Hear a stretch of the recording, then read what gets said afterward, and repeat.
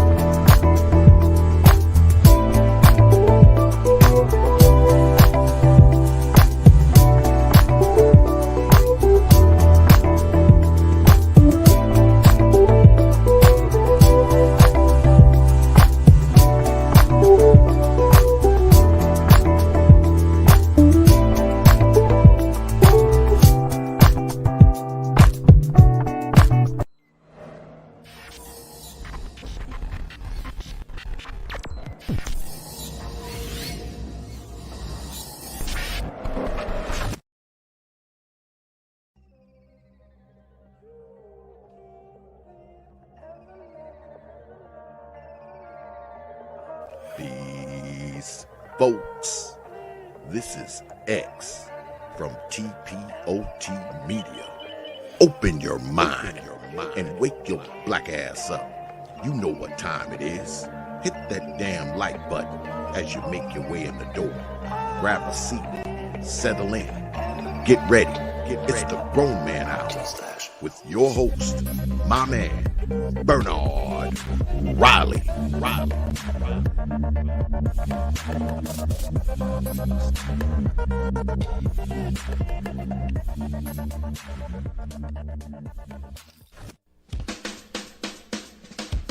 Hey, what's up, everybody? This is Mumia Obsidian Ali. You know who I am. I need no introduction, right? And you're listening to the Grown Man Hour with my man Bernard Riley, heard weekdays right here on YouTube. What do you think about that? How about that? Now let's get back on with the show. Thank you.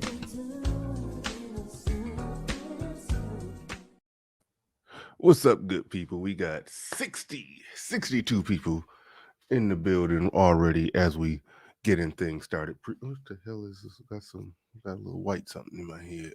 Appreciate each and every one of you coming on in the building. Appreciate each and every one of you being in the building. Now I'm about to do something really unprofessional, really quick. Give me 1 second.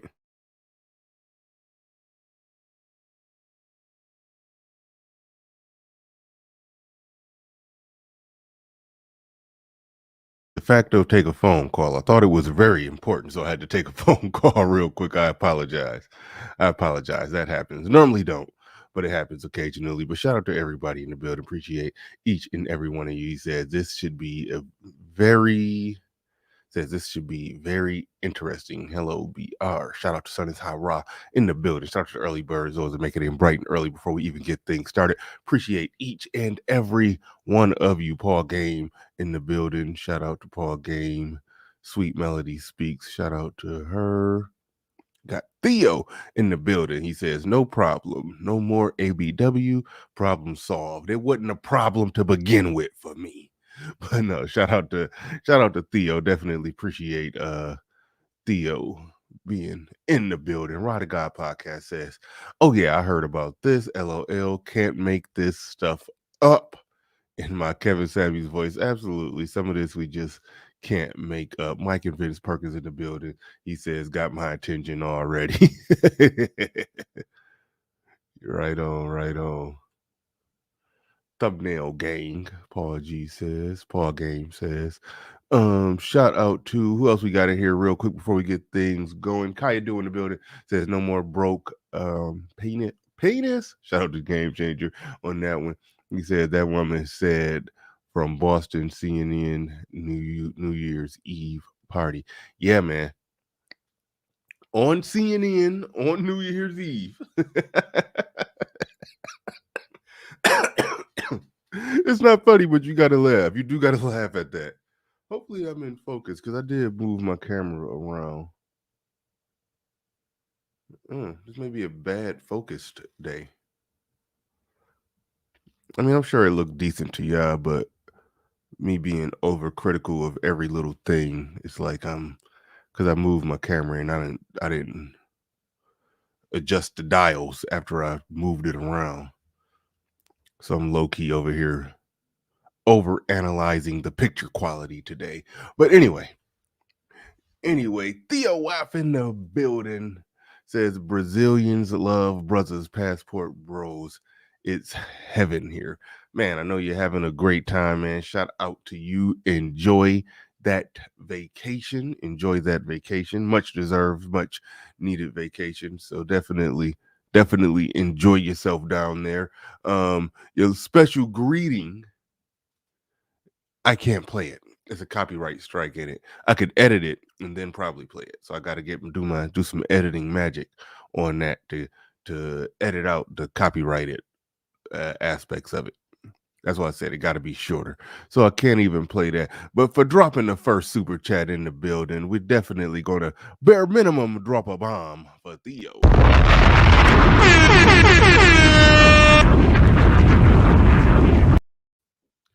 Definitely got to drop that bomb for Theo. Shout out to Theo. Shout out to everybody in the building. Shout out to everybody in the building. Definitely do appreciate each and every one of you.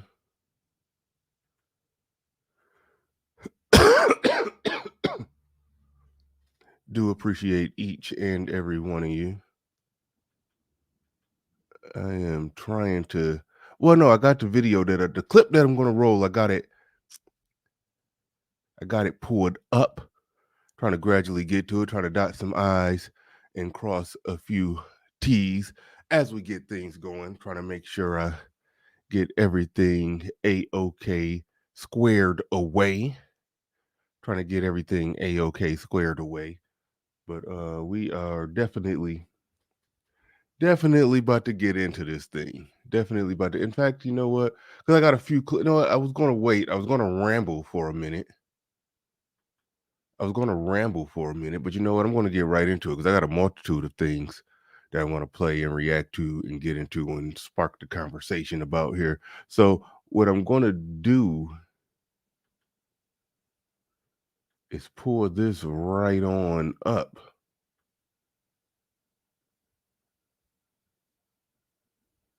Oh, SKC, thank you. If you said you would edit it down. Yeah, it got to be shorter. It got to be shorter in order for it to fit. And it got to I don't think it can have too much of that song that boom boom boom boom. I don't think it could have too much of that. Once you get into that, then yeah, it's pretty much a wrap. It's pretty much a wrap because you got the music copyright, you got all kind of stuff going on. Snuggles, go rip all your stuffing out, Snuggles. Just drop the link. Let's see you do it with people on the panel. No, go rip all your stuffing out. Oh, Summer Abdul in the building says, BR, are you going to do a 2022 preview show? That's a good idea.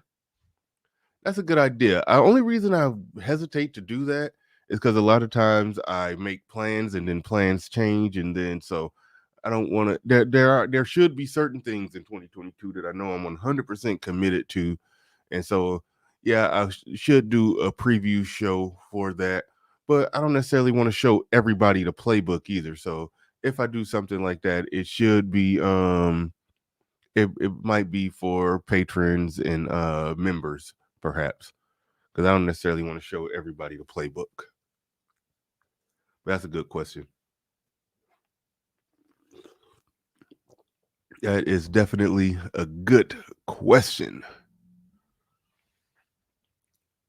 Yeah, educated lame. She do need to just go rip. Okay, not all her stuffing. Let's not be rude. Let's say she need to rip probably half of her stuffing out. About half of it. I finally started watching something. I'll talk about this before I get into the topic. Something that I've been meaning to watch for a while is it's a show called Y, like the Y chromosome, Y, The Last Man. Apparently there was some viral disease where all the men dropped dead. I'm on like episode 3, and I'm not enjoying it as much as I thought I would. I mean, there's some aspects of the show that they just kind of lagging on where they could, I don't know, do better, tell the story a little better, but I'm not about to get all into that. Y'all heard me analyze. Y'all heard my movie critique analyzing when it came to the Matrix. I'm not about to get all deep into that with y'all, but it was a very chilling scene in that show. Very chilling scene in that show where um when all the men started gradually, I mean, it was happening slow, but then it happened all at once, where all the men, they just start bleeding out from the nose and eyes and ears and stuff, and just start dropping dead. And so they there at the Pentagon, the White House, or wherever, and it's just men laid out all on the floor everywhere. And I'm sitting there looking at that, and it was pretty chilling watching that. Cause like all the women in like a frantic panic mode, because only the men are dropping dead. They're trying to figure out if it's an airborne virus or what. You know, they just try to figure out what's going on. Is it an attack from some terrorist attack of some sort? They're trying to figure out all those different things. Okay, so but eventually I'm sitting there thinking that okay, what's going to happen is like after a few days, weeks, however long it take for the women to basically just snap out of the panic and get themselves together. They got to rebuild. They got to restart government, you know. But they got all those bodies laying around dead. Literally all the men on Earth to drop dead, except for I think one, and some trans man. But anyway, I mean, you get it. Ignore that part. Ignore that part. So they're sitting there waiting for so all the men have dropped dead. All the men have dropped dead. They gotta rebuild. They got okay, we gotta get government back together. All throughout the halls of the White House, the Pentagon, it's just bodies of men just all over the Senate floor, just everywhere. Just imagine that. And so when the women figure out that okay, we got to run government, we got to get this together. Okay, first objective, we do got to get these dead bodies off the damn Senate floor. So whatever woman took charge, she was like, "Okay, can we get a bunch of men down here to clean up these bodies?" Oh, wait a minute. It's like that happened. It's like that had to happen. Their knee-jerk reaction when they had to clean up all those bodies of men laying everywhere, their knee-jerk reaction, it was like, can we get a team of men to come get these bodies? And then it had to click, like, oh, wait a minute, damn. Okay, we got to do it. Shit. That went through their head. I was sitting there thinking about weird stuff like who's going to pick up all these bodies? normally in that situation there's men that come and dispose and pick up the bodies and carry them where they got to carry them to, but I mean it was all women. They didn't have so in their mind they was waiting on, can we get a man to do this?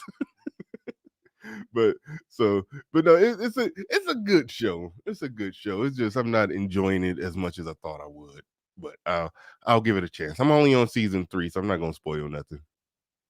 I mean, I'm sorry, episode 3. I'm not going to spoil nothing because it ain't really nothing to spoil right now. Everything that's happened so far is more or less what's in the title and in the thumbnail. I mean the image of it all. but I haven't even got that deep into it. He said men died off within a month or two. Most women will follow. They have to keep the power. Farms, swear, and transportation. So I mean sewer. I'm sorry, I can't see sewer and transportation going. Women refuse to do jobs like that in mass. Yeah, yeah. That's a thing. That's a thing. But anyway, fun show, fun show. I'm enjoying it. I'm enjoying it, but not as much as I thought. But I'll continue to give it a shot. I'll continue to give it a shot. I tend to give shows at least to episode 3 or 5. 3 is when I get on the fence of whether or not I'm going to finish it. Episode 5, if you ain't got me by then, I'm normally out. I'm normally out. My favorite show that I'm enjoying watching right now is on Prime. Well, if you got Showtime, you could see it. But if you got any type of Showtime package, Dexter New Blood. Dexter was the show that was, most of you probably know that it was on Showtime some 10 years ago. They brought it back. Real good, real good, real good. I'm definitely enjoying that. There's one more episode left for in the new reboot of it. Not reboot, because it's just a continuation of the same story. Just everybody a little older. Well, Dexter's a little older, and I'm not gonna even spoil nothing, but definitely enjoying that. Yeah, you ain't lying right there. Dexter, it wasn't season 3 that went left for me. Season 2 was still the best season in my eyes when it come to Dexter, because I honestly thought when he had Dokes locked up in that cage and they were about to pin it on Dokes, and so Dexter would have had to kill an innocent man who really didn't deserve to die. Like, and he was contemplating just saying, "Hey, the gig is up," and turn himself in. Eh, I was that was so good because he was in a legit moral dilemma where I honestly thought he was about to turn himself in. I honestly did. I honestly thought. I mean, he actually was going to do it, but then something happened. And Dexter is the home of the infamous meme of Sergeant Dokes creeping up on Dexter saying, "Surprise, mother." That was where that meme came from. It came from Dexter. But no, that season 2 was good. The last season that was real good to me, I think, was the one with the Trinity killer. The one where his the one where his wife, yeah, that was the last season that was real good. After that, everything else just seemed a little kind of repetitive after that. Everything seemed kind of repetitive after that. But that one with the Trinity killer, and in the Dexter New Blood, some of that stuff is come back. Yeah, John Lithgow or whatever his name is. Yeah. Yep, that was him. That was him. The guy from Third Rock from the Sun played the creepy serial killer. Yeah, that was good, man. That was definitely good. And some of that stuff is sort of creeping back in the Dexter New Blood. So yeah. Was that season 5 with the Trinity killer? Because I mean, it was like after that, it was everything was repetitive. They couldn't tell a new story. They just basically start recycling stuff.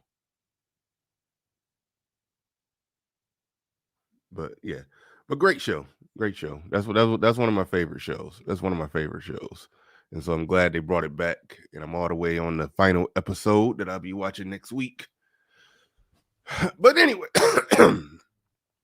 anyway, before the billions, you fell asleep on the new Matrix. Yeah, I don't blame you. I don't blame you. Oh, that was season 4. Okay.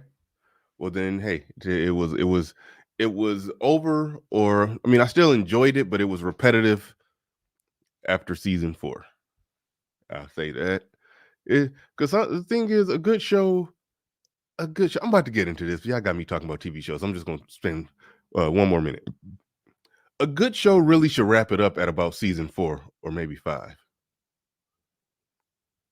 Season 3 if you really got balls, because you're just cash grabbing. Once you get past season 4, season 5, it's nothing left to do with those characters. They start changing characters' personalities, having them do weird stuff. It just gets ridiculous. That's why I like Breaking Bad. Breaking Bad just shut it down after I think season 4. They just wrote an ending to the story and just got on with it. Like that's literally how you're supposed to do it. Like you can just have an epic ending, kill off the main character, just do something spectacular and just shut it down and move on to another project. But when they try to go to season 8, it's like, nah, this like just imagine if Breaking Bad would have went to season 8. We would have been watching that like, come on, Walter White would have been got shot after all this. Ain't no way, ain't no way he done survived all of this and still alive. So yeah, they had to go on and shut it down. And I think season 4 is when they shut it down. Like leave on top. Go with dignity. Like don't just sit there and beat the dead horse until the ratings bad, nobody watch it, and you don't even they just cancel you. You don't even get to have an ending season. Yeah, so that's where I'm at with that. But anyway, on to this, chicanery nonsense. Can't make this up, and can't make this. Try not to cuss in the first portion of the show. Well, shoot, it'll make no difference because she about to be cussing. So can't make this shit up. Can't make this shit up.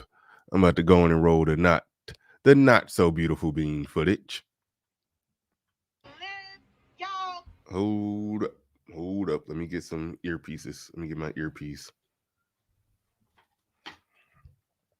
Let me get my earpiece. Yeah, need to clean these things. Yeah, hold on. Got to pull out my little wet naps. All right. All right. Right, that's fine too. Live your life. That's fine too. Yes. You know what? No, remember what resolution is? Yeah. For 2022? Yeah. No more broke dick. Okay? No more what? No more broke dick. No more penis from a man that has no money. Did you say broke dick? Yes. Oh. But it's always good. That's the problem. Bernie likes to like Britney. Can I say that on TV? Is that okay? I ain't saying she's a broke. Listen, all I'm saying I say she's a is gold if anyone who is acquiring male genitalia, say that on TV, is that okay? Just real quick. And listen, y'all know I did it on the last stream. I be trying not to do it just to beat up on the well-rounded broads. But just look at these two women and then look at her, and it's like literally she's two of them. It's like when she leaned over into them, she's the same size as both of them. It's just we're talking about no more broke dick. No more broke dick. Okay. Listen, all I'm saying is if anyone who is acquiring male genitalia, it needs to be attached to someone who can also fly you to the Caribbean. Because they can. You can fly yourself to the Caribbean, but why would you do that? I'm trying to put a blessing on my life, okay? Come here. Howie. All right. If anyone There it is. There it is. Live and in color on national television. She actually saying that. Now it's a few things. And a lot of times, yeah, people get drunk and they go to clowning. You get to see the news anchors get out of character and out of pocket a little bit. That normally happens. That happens.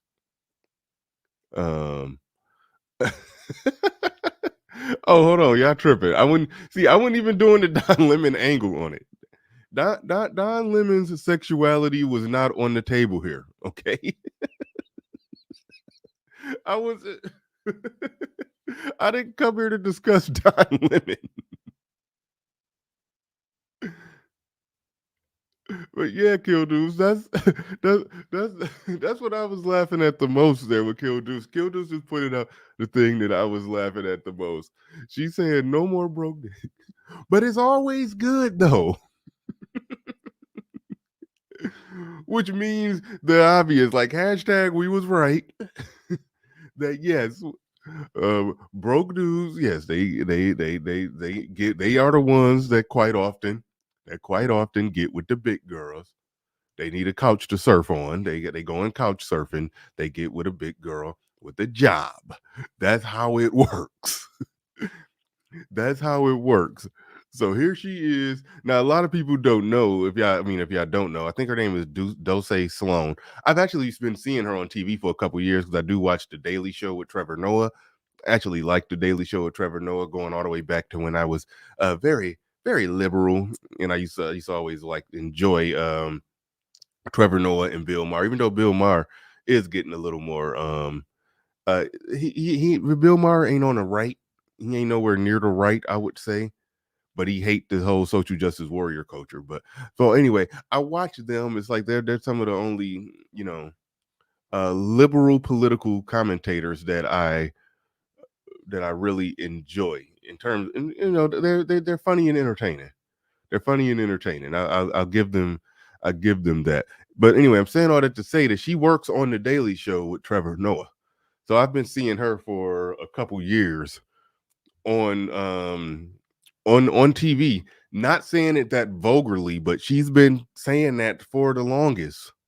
Like it's been a regular reoccurring thing that she's just been fairly consistently saying that and throwing stuff like that out there.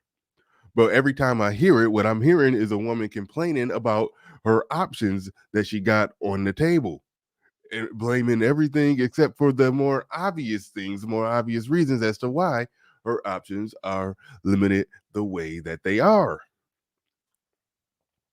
Dig Thug in the building. Shout out to you. Definitely appreciate you coming through with the super chat. Says, is it bad that when black folks get on TV, they remind me of the comedy relief character with the one liner like Scooby Doo or or Jabberjaw? The white folks start laughing. Yeah, yeah, yeah. That's what a lot of them do. That's what a lot of them do. That's what a lot of them do.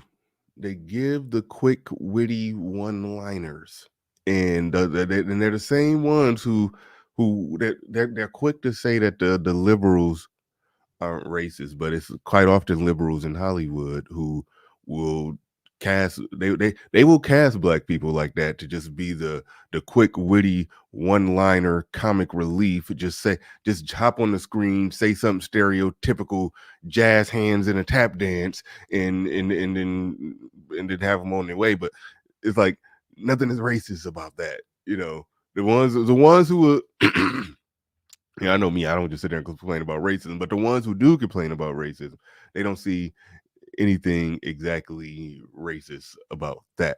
But yeah, that's quite often happen. They would it's Friedman Journal said Tiffany Haddish anyone. But yeah, no, they get on there. They have they have their little one liners and all of that, and it gets ridiculous. But here we are. Here we are on CNN. Now, keep in mind, I want to keep a few things in mind that it's New Year's Eve. Everybody is drunk. Like don't pay no attention to what she's saying. Just look at the white girls. Just look at the white girls. Live Look at your, them. Look at them. Like they drunk and having a great time. Just look at them. live your life. That's fine too. Yes. You know what? No, remember resolution is Yeah. They 2022. Yeah. No more they broke dick. Okay. No more what? what No the more hell is broke that? dick. It's like No more penis from a man that has no money. Did you say broke dick? Yes. Oh, but it's always good. That's It's like they was drunk, but in the midst of their drunkenness, they know that that is unacceptable. Y'all can't see that CNN logo, but they know this is CNN. It's like they know that's a level of unacceptability that you just can't go that far on CNN. How people do it. People do. I mean, it happens. I ain't trying to overreact too hard, but it is ridiculous. It is ridiculous. I ain't I ain't gonna front with it. I ain't gonna front with it. Surprise! Ronnie likes some good. Like, can I say that on TV? Is that okay? I ain't saying she's They went and whispered something to each other about the topic, but they didn't say it loud on the mic. a bro. Listen, all I'm saying I say she's a is, gold. if anyone who is acquiring male genitalia, it needs to be attached to someone who can also fly you to the Caribbean. Okay?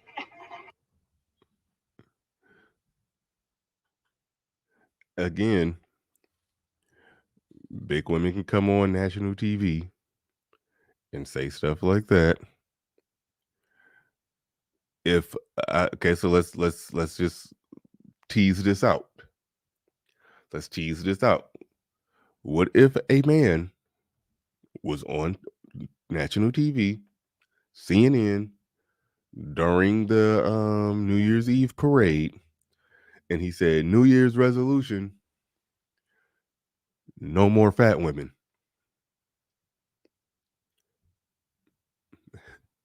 You think you think he's canceled?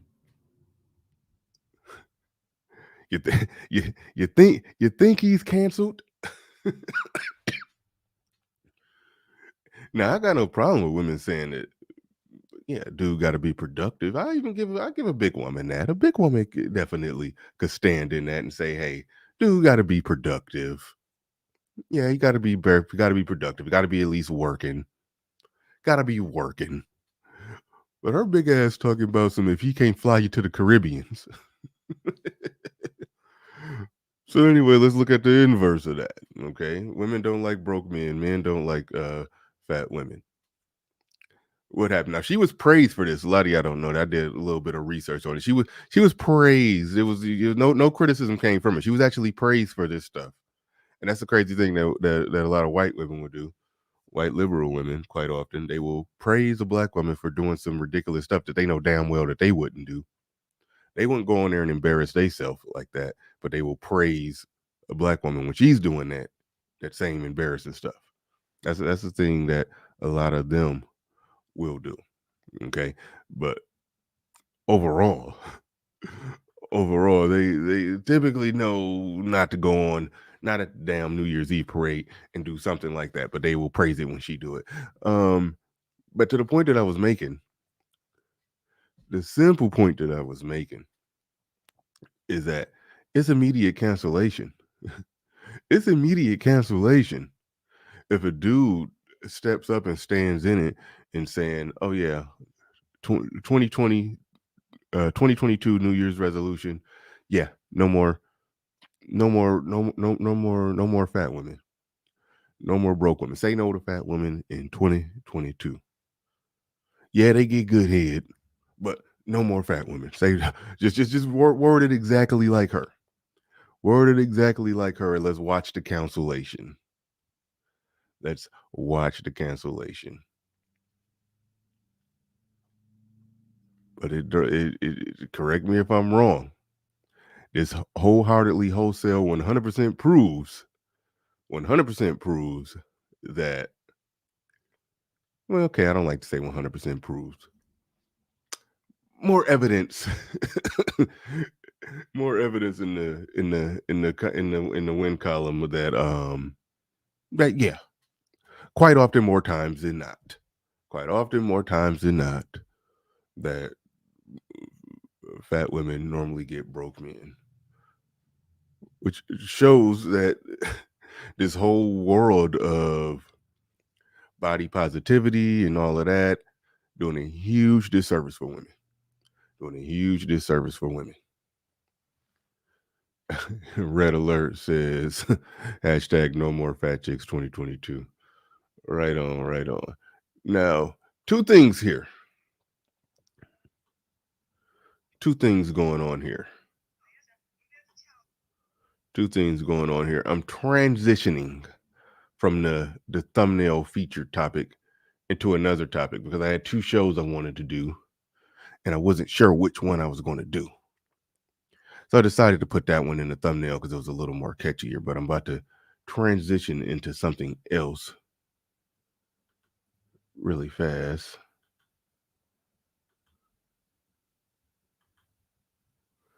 Because this is a lot. This is very interesting here as well. The Back to Trucker in the building says, I'm glad I watched Miley Cyrus' New Year's celebration. There were no fat women present. Oh, really? See, I didn't watch either one of them. Only thing I did, like, I think I was watching a movie or a basketball game that was on the West Coast. I was watching that, and while watching that, when it got like 5 minutes away, I switched the channel over to watch the little New Year's parade, New Year's Eve parade or celebration or whatever, and I enjoyed it. I used to sit there and watch the whole thing. But I don't know more. I don't know more. They be fun to watch though. They legitimately do be fun to watch. I probably need to start back watching them. Link in the building. Shout out to you. Do appreciate you. He says it be all over the place. People saying they are appalled if a man said such things, but if we told fake Della Reese, who from Harlem Nights, to eat a salad or lose a couple pounds, we are evil. Absolutely. Absolutely. Like therein lies the problem. Therein lies the problem. But we about to circle to another problem. Another problem. This was interesting. I forgot who I saw covering this, but this is a show from the 80s that might as well like came out yesterday.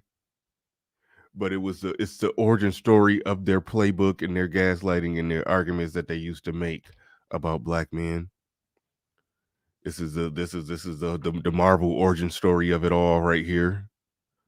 One of those TV shows from the 80s. I gotta play a clip of this.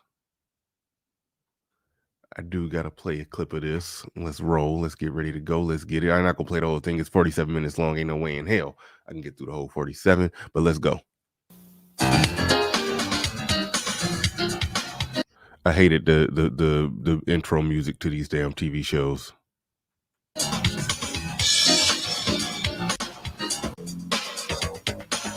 You know, for many of us, it is hard finding a good man, no matter what your race, no matter what your background. But where are all the good black men? That's the question we're asking today. I don't date very often. I have not been serious with anybody since about 1992. Hearing the statistics that there are... Oops, I said 80s. This is 90s. My bad. Very few black men for women. I find it difficult at times to have a relationship with a black man. They are a commodity and they know that they're a commodity. That causes problems for black women and black men to have decent, solid relationships. In the neighborhood where I reside, there are a lot of black women raising children by themselves. There's probably economic reasons. I mean, if you look at statistics of the black males in jail, I mean, when they come out, who's going to hire them? It seems like when they enter the world, it's like already a strike right there. And the rest of their life is just a struggle. Now, black men are more willing to date outside of the race. For what reason, I do not know. There are so many beautiful, black, educated women out here. Now, I'll give her credit. She didn't lead with educated. She said beautiful. I mean, in their idea of beautiful, because I mean, they let them tell it. And I've heard them tell it because I've been watching the Daily Show for a while. The woman in the last video, Dulce Sloan, who went on CNN at the New Year's Eve parade and literally looked at the camera practically, or looked at Don Lemon and said, no more, no more broke dick. Yeah, they actually think she's beautiful. Okay, so very, very, very wild, free and loose on the term beautiful black women. They play fast and loose with that. But here's the thing though. This is this is the thing, and I gave her credit because she didn't lead with educated, but this is ground zero. We're talking about the 90s. This is ground zero for that women trying to lead with their education and accomplishments like men on the dating market. This was ground zero for that. When we watch these old clips from the 80s and early 90s, we be looking at patient zero when it comes to everything that we talking about.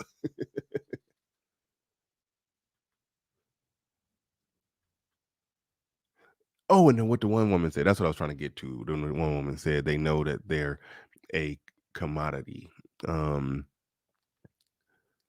Again, the men who got it like that, yeah, they know that they're a commodity. Most men don't got it like that. So we got it's still the womanese. Shout out to Donovan Sharp, still the womanese reading between the lines, where they're talking about they basically is talking about the men that don't want them. Got it like that.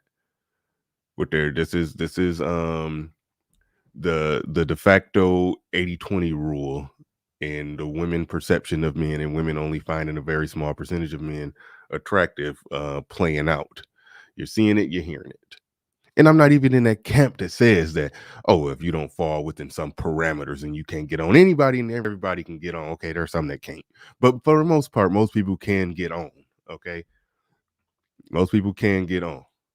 It's the options that you got on the table and what you got to do and how much work you got to put in and blah, blah, blah, blah, blah, and all the odds and ends and factors with that. But I think most people, if they put in the work, they can get access to a vag. That's not what I'm saying. I'm just talking about what these women ideally want and what they're talking about and how their whole analysis of men is skewed based off them not being able to get the dreamboat guy who ain't checking for them. Therefore, men are somehow a problem. Shout out to Obsidian because we can't put a Idris Elba in every pot. But anyway, carry on. Bringing us apart, I don't know. A lot of folks don't know. It's not only Black women who are concerned about finding the right one. I mean, I got to admit, being well into the third decade of my life, no man, no kids, barely a phone call sometimes. I'm beginning to, broaden my approach a little bit to this man thing. I was talking to a girlfriend the other night and I said, honey, if there's not enough inventory in the boutique, There's no way you could tell me this woman has a hard time getting a man. She has a hard time. She was a de facto celebrity making good money, and the men who are on that status were still hard for her to pull. That's what she's saying. Yeah, they hard for you. Yeah, yeah. Famous millionaire men are hard to pull. Yeah. What is this? 1994, 90, 95. Yeah, you couldn't pull Wesley Snipes back in 95. Sorry. That's basically what she's saying. Then maybe we should be going department store shopping. Well, I'm not the only one having a tough time. There's Carolyn Sawyer here. She's 32 years old. She's a television reporter in Boston. And you say that you haven't had a real date in a year? A real date in a year. Yeah, that's so you got a comment. Look at some people out there like, oh gosh. But really, you haven't. You're not dating. What do you find? When I define real date, I define it as meeting someone who excites me, who I'm really interested in spending time with. Now, that's not to say that I haven't encountered people who would say, would you like to go out? Let's do this. But I didn't feel that there was the spark. And so I didn't go there. I confess, I'm guilty. I'm looking for my father, who's a... All right, before we even get into that, looking for your father thing, again, when they say haven't had a real date in a year, and then going Freedman's Journal. Okay, I don't know who you're talking about. I think these two women do actually have college. Okay, this chick, she not fat, but she got a fat face. That chick on the screen, she fat, but she not fat, but she got a fat face. Yeah, I see you. Charles Merchant said dumb Disney books, but she listen to how she's even defining it. She said she hadn't been on a date in a year, but she defined it as let me back it up and play what she defined it as. A wonderful Black and go there. Would you like to go out? Really interested in... When I define real date, I define it as meeting someone who excites me, who I'm really interested in spending time with. Now, that's not... Okay, so she's met people. she's went out on dates with people. They just, for whatever reason, didn't excite her. So even then, when they start talking about what they're lacking, see, I don't ever really believe that they just literally not going out on dates. And I do think they reject a lot of dudes, but I do think they're not turning down invitations to go stuff their face. Did I? And especially back in the 90s, this was in the babyface days. Dudes was offering out real dates all day. They were accepting these dates all day. Like that, Like these chicks, especially the other chick, they not lacking dates. They not lacking dates. It's just what she's just literally saying is she couldn't find Mr. Dreamboat dude that she wanted. Not to say that I haven't encountered people who would say, would you like to go out? Let's do this. But I didn't feel that there was the spark. And so I didn't go there. I mean, she went out there and she went out with him, and it was no spark when she got there. Well, okay, cool, whatever. Like that's you're complaining because sparks are not flying in the background during the date. That's like nothing to complain about. You're being asked out, cut it out.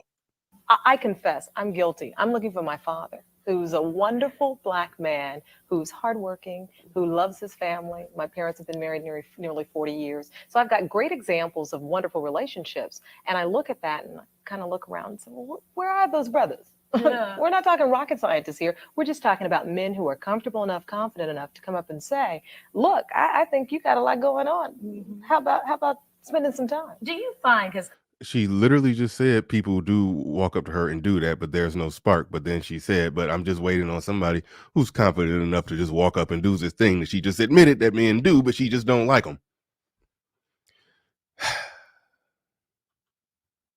Shout out to Sir Tyson in the building, says, Bernie, look her up right now. Let's cut it out. Cut it out, man. Cut it out. I did that with that one chick that was on Chris Rock's show. That chick that was on Chris Rock's show that was saying, we want it all. We want everything. I want a man to worship me. And then fast forward 10 years later, I saw her in an interview with like some sad music playing. And then she said, I had to be checked into the hospital for, I had a mental breakdown and I had bipolar disorder. And it's like, and so it actually gets sad sometimes when you go to looking up the chicks right now to see where they at. It get kind of sad. I thought about doing a show on that. Find a clip of a woman saying something outrageous and delusional, in the 90s when she was 25, and then look her up right now. Right now she's pushing 50. Look her up right now and find a clip of her talking and see how she sound. I thought about doing that. I thought about making a show out of that. But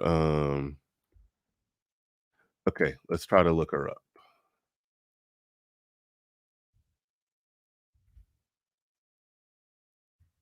I don't know that much about this chick. This wasn't one of the most popular of these of those 90s TV shows. Yeah, shoot, I should have came. Okay, I'm having a hard time. Hey, if somebody finds some, yeah, look, I'll count on the chat for that. I'll count on the chat. I'll press on with the show, but if somebody can drop the links. Drop some links if you find anything useful for today's show, then go ahead and drop it. Okay, Leon 008 in the building says, I've seen both of them before. I cannot remember where. Shout out to you. Appreciate the super chat. Appreciate the super chat. And we got my man Black Wolf in the building. He says, Happy New Year, Captain. Play my music. Hey, Snuggles, the unknown Care Bear.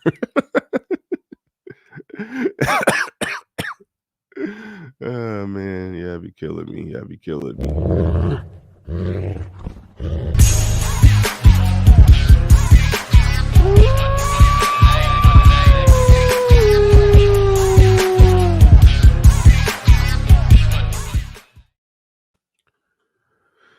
Shout out to Black Wolf. Shout out to Black Wolf, and I think y'all know what to do when these things pop up. I think y'all know to hide those on site. Well, I just blocked it, so hopefully nobody unblock it by accident. But hopefully I know to hide those on site.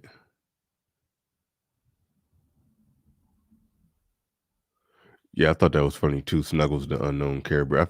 I don't know the names of all the Care Bears, but I wouldn't be shocked if one of them name was Snuggles. All right, look like we got action. Mike is dropping something into the chat room, so hold on.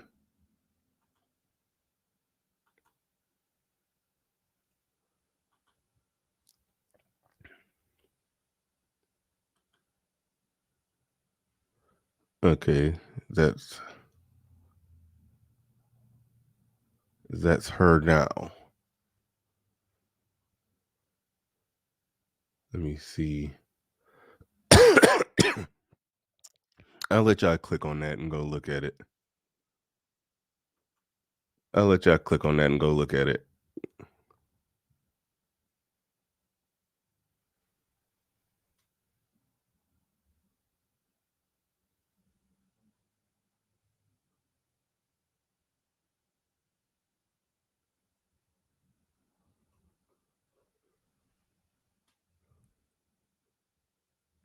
See, I'm sitting there looking at it right now. All right. Yeah, y'all can go click on that and look at it. She said, I see you are back, pound puppy. Now let's do this thing. Hi, I'm Snuggle, Snuggly Softness. That's really less expensive. Oh, man. Biggie Smalls, I in hair hat. Man, cut it out. All right. Let's get back to it. Let's get back to it. There's some noteworthy things said here. Let's get back to it. I have people who say this. Say you're on TV, you have a job, you got it kind of going on there. You must have dates every single night, and they say no, and then your friends say you must be intimidating them. Do you get that? But what am I to do? Because in my mind, the person that I'm dreaming of is the person who's comfortable enough to say, Rolanda, yeah, you're on your show. You've got your own show. You got a lot going on. But you know what? Together, I think we can be magic. I love you for saying that. Where are they? Where are they? It's true. Yeah. I mean, is that too much?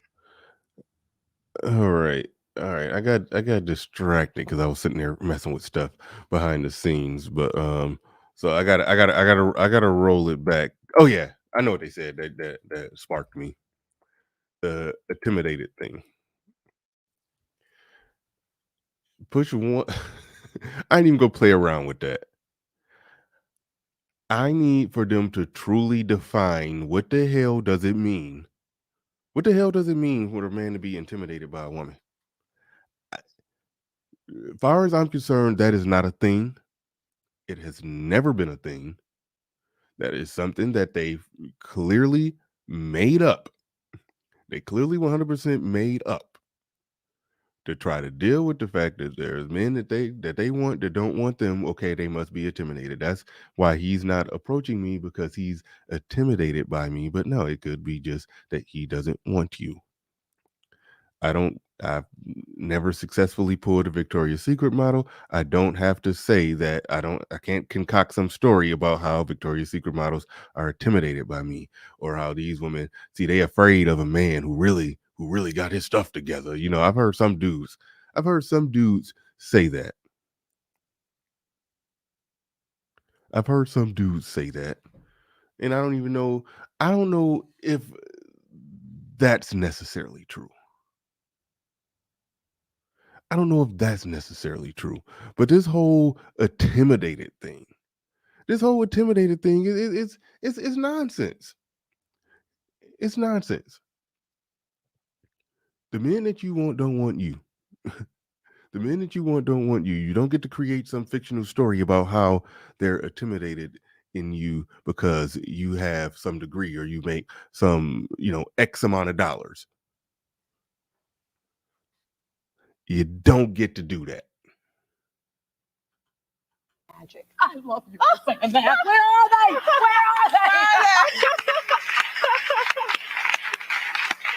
It's true. Yeah. I mean, is that too much to ask? I mean, because people always want to pin it on you're being too choicy, you're being too choicy. And I like to say, look, I come from very basic means, military child. My father spent 25 years in the service. But what he taught me was a lot of self-respect about myself and how to conduct myself as a lady and to have certain levels of standards. And an example of how a man gets up every day and goes out and takes care of his family and people know who the baby daddy is. I mean, Right. good examples. Well, I do too. I mean, my Okay, dad. so now if you really listen to what she's saying, she's basically saying that the example that she got in her dad is just basically a man. He was a military man. That's not some high educated man who's building a rocket ship. No, that he's a military man. He had a regular job, probably a trade of some sort. So really, so when she's saying that she's looking for a father and she's looking for a man who could basically just be what her dad was, what she basically described as just a man with a job.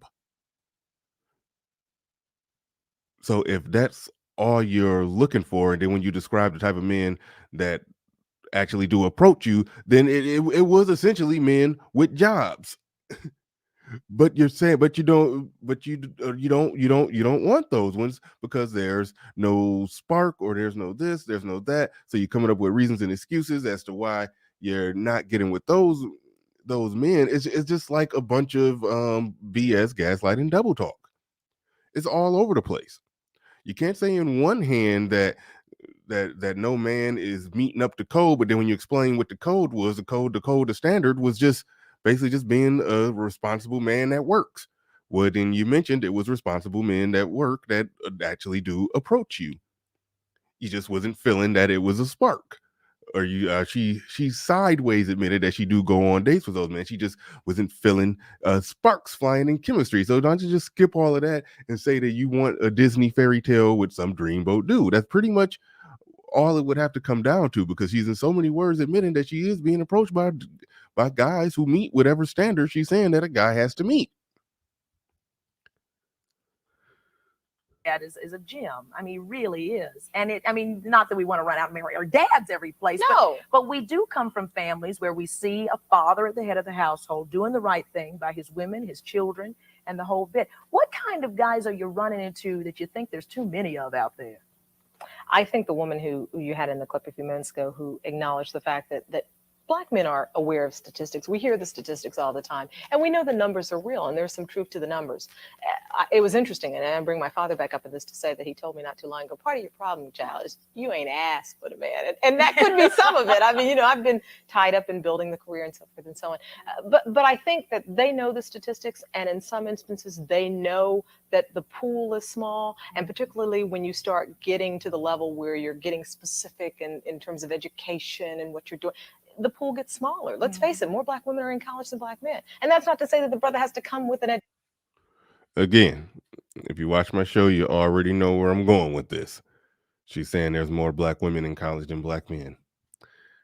Why is it that nobody ever taps them and say that you do know it's more white women in college than white men? You do know there's more Hispanic and Latino women in college than Hispanic and Latino men. You do know it's more Asian women in college than Asian men. You do know that women make up damn near 60% of the college campus. You do know that, right? You do know that women have made up the majority of the college campus since 1980s. So in this country, women are more educated than men. You do know that, right? But Black women are the only ones who get to go on TV and wave their dick around about being more educated than their men. The only ones that get to do that, and the only ones that will do that. The only ones that will do that in that context. There have been some articles, let me be fair, there have been some articles written that were generally talking about I forgot exactly how it was worded. It was a while ago, but a lot of people, BGS, everybody did content on it. So there have been some articles written from, from the mainstream where women have been complaining about, not finding an equally educated man. But this runs much deeper with Black people. It goes back, and they've been making a big deal, a big stink, and a big fuss about it for a long time. And I've even broken down the data. I've done streams on this talking about how the data that shows the gap in separation in between black men and black women when it comes to education is just as wide, is the same wide as the gap between white men and white women when it comes to education. Give or take a couple, percentage points. Pretty much the same damn thing. But only they are the only ones that really put on this full court press, make a big deal about it. He said the most indoctrinated. Yeah. This is like I said, this is ground zero of that indoctrination process. This is ground zero. Shout out to Cornelius Bellamy in the building. He says, remember, standards are for men they don't like. Right on. Right on, right on. Sir Tice in the building says, no, she couldn't pass them on America Online. AOL. Huh? No, she couldn't pass them on American Online. I don't even know what you're talking about right there. Explain what you mean, Sir Tice. Shout out to 365 people in the building. 360. So fitting. First show of the new year. Happened to look up and we had 365 people in here. What a coincidence. War Master 7 in the building. He says, when a woman passes 30, her income may rise and her dating options diminish. Well, I think whenever a woman's income rises, her dating options diminish because they can't help that they got it, that hypergamy is sort of baked into the cake. It's built in there. It's built in there. All right. They can't help that. It's baked into the cake, and they're going to want to be with the man that's better than them. And again, because it's relatively easy for somebody to make a standard income, male or female, you can make a standard income. It's a little harder to make a high above, average income. It's not impossible, but yeah, it takes some work and some planning and preparation and some know-how to pull that off and make six figures. Only a small percentage of people are going to do it. But for the women, whether they're making 40 or 50 or in that 70 range or in that 100K range, no matter what they're making, we know the deal. We know the deal. We can cover this inside and out. They want a dude that makes what they make or more. So if only 20% of the population, or if only 20% of the population makes more than 75,000, I'm just throwing out the numbers. Don't quote me exact right now because I don't got it right exactly submitted to memory like I should.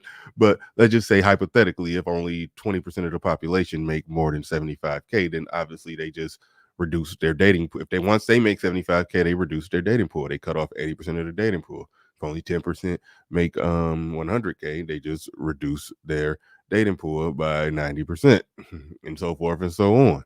Once they get up into the point to where they start making a top 5% income, then yeah, that's obvious. That's obvious. So yeah, shout out to Kevin Samuels and his wording of it. Yeah, they priced themselves out of the market. It is what it is. It's not the fault of men to put a six-figure man in every pot. Economies don't work that way. I wish they did. I wish they somehow did, but they don't. It's not mathematically impossible. There are no solutions. There's only trade-offs. If that many people made $100,000, then we would live in a vastly different world in economy. A loaf of bread would be damn near $12. Stuff would be ridiculous. It economically would not work if every guy made that amount of money. Not to mention they would fight to make sure that every woman makes that much as well, and then also ultimately recreate the same problem. Theo Waff in the building says, I have 2 masters. I prefer women with only high school degrees. Women, your degrees ain't shit. Degrees ain't shit. Shout out to Theo. Appreciate the $25 super chat.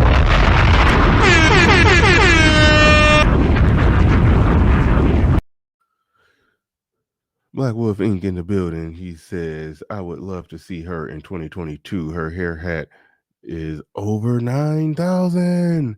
Play my music again to piss off the Care Bear. You see, I didn't even think that was a hair hat. You talking about her, right? You talking about her on the screen? I didn't think that was a hair hat. I thought she just had like a little bitty afro, and then she permed it, and then sort of like curled it a little bit. Like, I mean, that's really the look. Like, that's she trying to rock a '90s Halle Berry. She's just don't got Halle Berry's face. So I don't think nothing is really wrong with her hair. I mean, that same hairdo looked good on Halle Berry, Nia Long, and Toni Braxton in the '90s. It just she's, you know.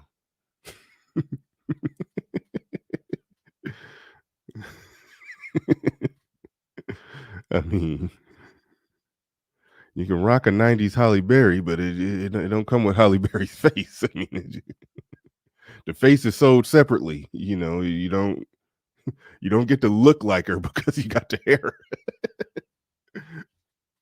But hell, Nia Long, Toni Braxton, Halle Berry, even Jada Pinkett, Jada Pinkett, they all rock that. Laura Winslow, when she got older, rocked that. Laura Winslow was cute with that hairdo. They all rocked that hairdo back then. It just the face is sold separately. That's all. You can go buy the hairdo. It don't come with the face. It just don't.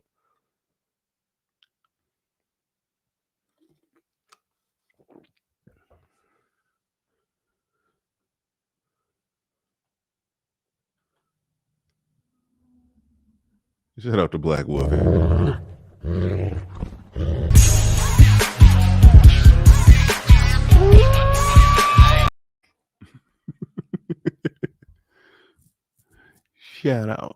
Shout out. Yeah, just gonna really jump off the Wolf and Bear Wars. He says, does anyone in the chat know that Puppy Pound theme song? Because if you can send it to Burn Out so he can play it for Puppy. Okay. Mm-hmm. All right. Thank you, Snuggles. Hi, I'm Snuggles. Appreciate you, Snuggles. Appreciate you.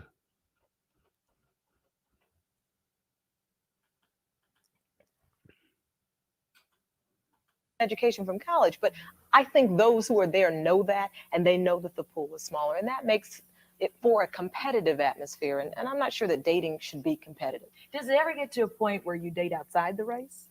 I've done that before. I think that you should be with the person who excites you. And I don't think I hear that. Yeah, you get a lot of, But look at the brother nodding up there. Well, wait a minute. This is the same brother that, I'd bet you just $10. Let's go in $10. That if I walked up in the room, that the likelihood of him coming, is he moving his head? Likelihood of him coming up and saying, gee, sharp sister, why don't we go have a drink? That's not going to happen. And so while you nod your head, I mean, don't knock me for having had an experience. And I don't think you can comment on an experience unless you've had it. Yeah. So I mean, there are, as my parents taught me, Rewind. Nah. I could rock with that point to some degree if it's a dude who criticizing her for getting with a white dude, but that dude wouldn't rock with her or get with her or ask her out at all. But and I can understand. The hell? No, okay, never mind. I saw a chick in the audience that kind of looked like Michelle Obama.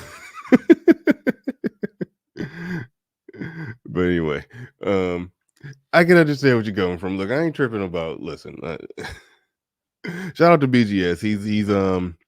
He's broken down the data 7 ways to Sunday on how they've been trying to swirl for a while and have been failing at it. I don't even knock the try, so I ain't tripping. I ain't tripping one bit. As far as they advertising and putting out their shingle, they're putting out their beacon signal. Is what it is. I really don't care. That part don't bother or do nothing to me. I literally got nothing to say about that. If you want to try to get with men of other races, and by all means, go for it. But yeah, there is a lot of data put out there that many try and many fail. There are good white people, good black people, bad black people, and bad white people. That's right. And it really is about the person who makes you come alive. Well, that's, I tell you, I'd say this to my girlfriends all the time. You shop in the boutique and there's not enough inventory. You do find yourself going to the department store where there's a little bit more variety. Now, well, that's not for everybody, but it certainly is. It puts you in a position where you do consider it. There was a doctor in your life. Oh, Lord. Tell us about the doctor. Oh, boy. I mean, it's not significant that he was a doctor. He just happened to have been a physician. And the significance is that the doctor, when I met him, had formerly been engaged. And so he was out of that relationship. The problems came when the nurse moved to the new community and followed him, in essence, from one practice to another practice out of state, which I thought was a great deal of effort on one's part. But I try to be open-minded, because often you meet men who say, give me my space. You don't let me do the things I need to do. And so I'm trying to be open-minded. Right. I think at the point where her weekend to house hunt became like a 5-day stay, and there was an invitation to join the two of them for dinner, I had to draw the line. You got to stop at some point and say, look, this is. So she was doing more than taking blood pressure.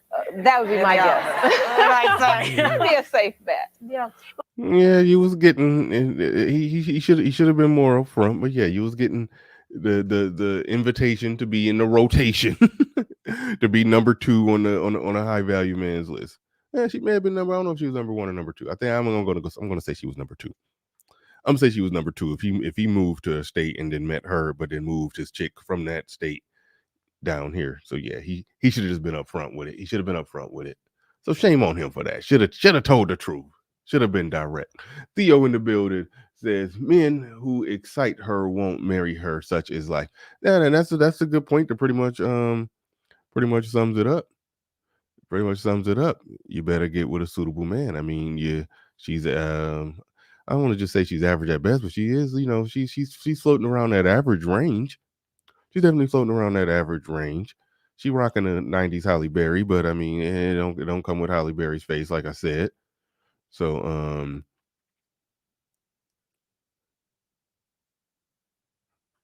Judge Zilla, you eyeing out people from the audience. I done moved on from that, but no, she rocking that 90s Halle Berry that don't come with Halle Berry's face, but yeah, no, you average at best. The men who spark and excite you the most, they probably ain't rocking with you. Yeah, it's real simple. It's real simple. Don't settle, because I hate the whole concept of the women talking about they settling for men that are suitable for them. Is they have to be constantly tapped and told that you're not settling for average if your ass is average.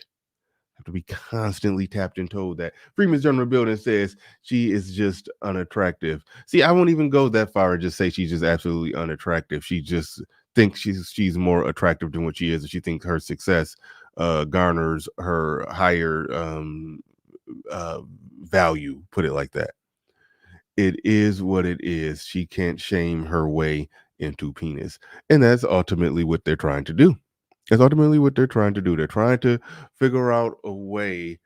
It's sort of like I think it was Tom Lakis's quote. Feminism was invented to try to give fat or ugly women a chance. And ultimately, that's sort of what's happening there with that one. It was basically women who are less attractive, even though she's not just hideously attractive where no guy would want her. I mean, there's plenty of guys that would actually want her, but it's the simple fact that she thinks that she's supposed to be able to get the top of the top. She's supposed to be able to get the king of the mountain. That goes back to the delusion that was in the video that I broke down and analyzed when I was talking about that poor man's podcast stream. That goes back to what I analyzed earlier when some 400-pound chick was talking about New Year's resolution: say no to broke penis. If he can't take you out on a trip to the Caribbeans, and then you don't need to be with him or something. It goes back to that. They're utterly delusional. Carolyn Sawyer and Ronaldo Watts Rolanda Watts were lookers in their 20s, but today, they gonna be alone when the Reaper comes. She's still waiting on that spark that she talked about earlier. That is accurate. Men determined the market. Men determined the market. But when you look at the statistics, folks, it is staggering. It is something to consider. I mean, you've got 65% of Black women raising children alone in America. When we come back, we're going to talk to one of those women, a single mom, and she too says she's having a hard time finding a mate. Stick with us as we ask the question, where are all the good Black men?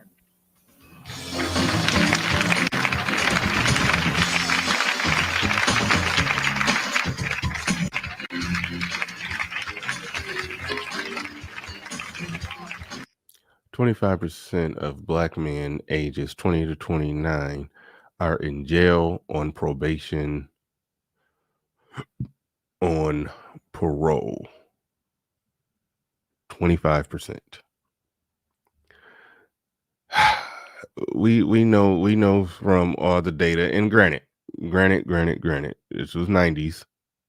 This was 90s, so I do hesitate. I do hesitate with saying that they literally put an outright falsehood up there. But one thing that I can absolutely say 100% sure that we know that is not accurate today.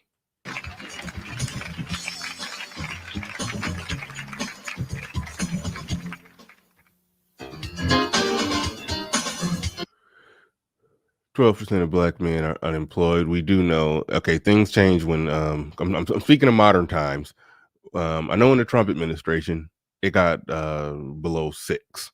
It was like 5 point something when it comes to Black male unemployment. And then Corona happened, and then who knows where it went to after that. But at the time, that potentially that could have very well been accurate. It says 12 point. If you can't see it, it says 12.3% of Black men are unemployed. 4.5% of white men are unemployed. And I do like that they actually show a side by side comparison of Black men and white men. I hate when somebody say a stat about Black men, but don't show where all other men are at on the aggregate. And so it's like it gives you no frame of reference, you know. And that's why when I started doing that, that's how I unearthed the fact that, Black men on average don't make the least amount of money. We make more money than Hispanic and Latino men. Black men on average are not the least educated. We're more educated than Hispanic and Latino men. So all this that they're saying that we're at the bottom, we're the worst. We're bringing up the rear on everything. That's excuse me. That's actually literally not true. Literally not true. Now there's lots and lots and lots of room for improvement on a great number of things. On a great number of things. But two really important ones, education and income, we're not at the bottom in terms of that.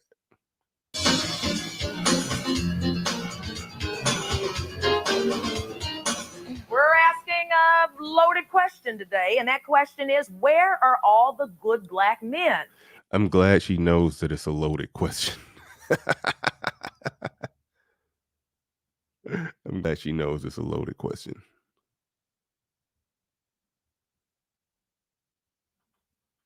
Well, statistics say that there are more Black men of all ages in jail than in college. And we literally know that that's not true. Literally know that that's not true. It's more Black men in college than what there are Black men in jail. And one thing that's always weird when they talk about those stats, I wish they would differentiate between prison and jail. That even I had a cop on there. That stat where they say 1 in 3 has been to prison. I'm like, are they talking about prison or are they talking about jail? The police officer that I had on my show couldn't really make a distinction between that. But anyway, either way it go, the whole college to jail thing, basically, we know that that's not true. It's more Black men in college than what there are Black men in prison. A little more than 12% are unemployed. Adrienne Burke is a college-educated computer literacy instructor. She has never been married, although she did have her first and only daughter when she was just 14 years old. what? That's awfully early. That's a baby having a baby. Absolutely. Yeah. I don't regret it though. And I think it has a lot to do with why I am where I am, as far as dating is concerned. You touched on something. They could talk about all the bad stats with black men. Keep this in mind. They can talk about all the bad stats with black men. Now, black women having children very young, that was also a bad stat. That was also a bad stat. But they able to use it as their badge of honor and their strength. The thing that's statistically bad going on with them is able to just get flipped. Oh no, that's what made me the strong person I am today. Just bear that in mind. Something earlier as far as the intimidation factor. Statistically, I'm not even supposed to be where I am, having a child at 14. But since I am there, I find that a lot of brothers are intimidating. Just for the record, I'm for the brothers. I have faith in my brothers. No, I wasn't trying to take you there. You have a whole group of men back here who appreciate that. Just for the record. Just for the record. Just for the record. This has nothing to do with Thank you. I just want to put it out there right now. I love my brothers. Oh, I love absolutely. everybody, but just preferably, I just. So what I hear you saying is that even though it's difficult maybe to find a good black man, that you don't want to sway outside the race and date some other race. No, I don't. And let me just explain something. It's not a racial thing. It's a preference thing for me. When I look at a brother, I like what I see. I like the color. I like the power. I like the strength. Okay? But it's a racial preference. Okay, but no, I'm saying I like what I see. I'm attracted to the physical composition. I'm attracted to the power, the strength, the culture, the tradition. You understand what I'm saying? And let me just finish this point. And I don't think that anyone outside of my culture and my tradition can halfway relate to me being a single mother at 14 years old, struggling the way that I do, and appreciate me for who I really am, but a brother who goes through the same So where is he? Yeah, but you know. But a brother who goes through the same thing. You know, you want brothers who didn't have kids at 14 to be with you. So don't say a brother that goes through the same thing. You don't want a dude pulling up with a bunch of babies he had as a teenager. No. Cut the crap on that one. Cut the crap on that one. Cut the crap on that one. Let me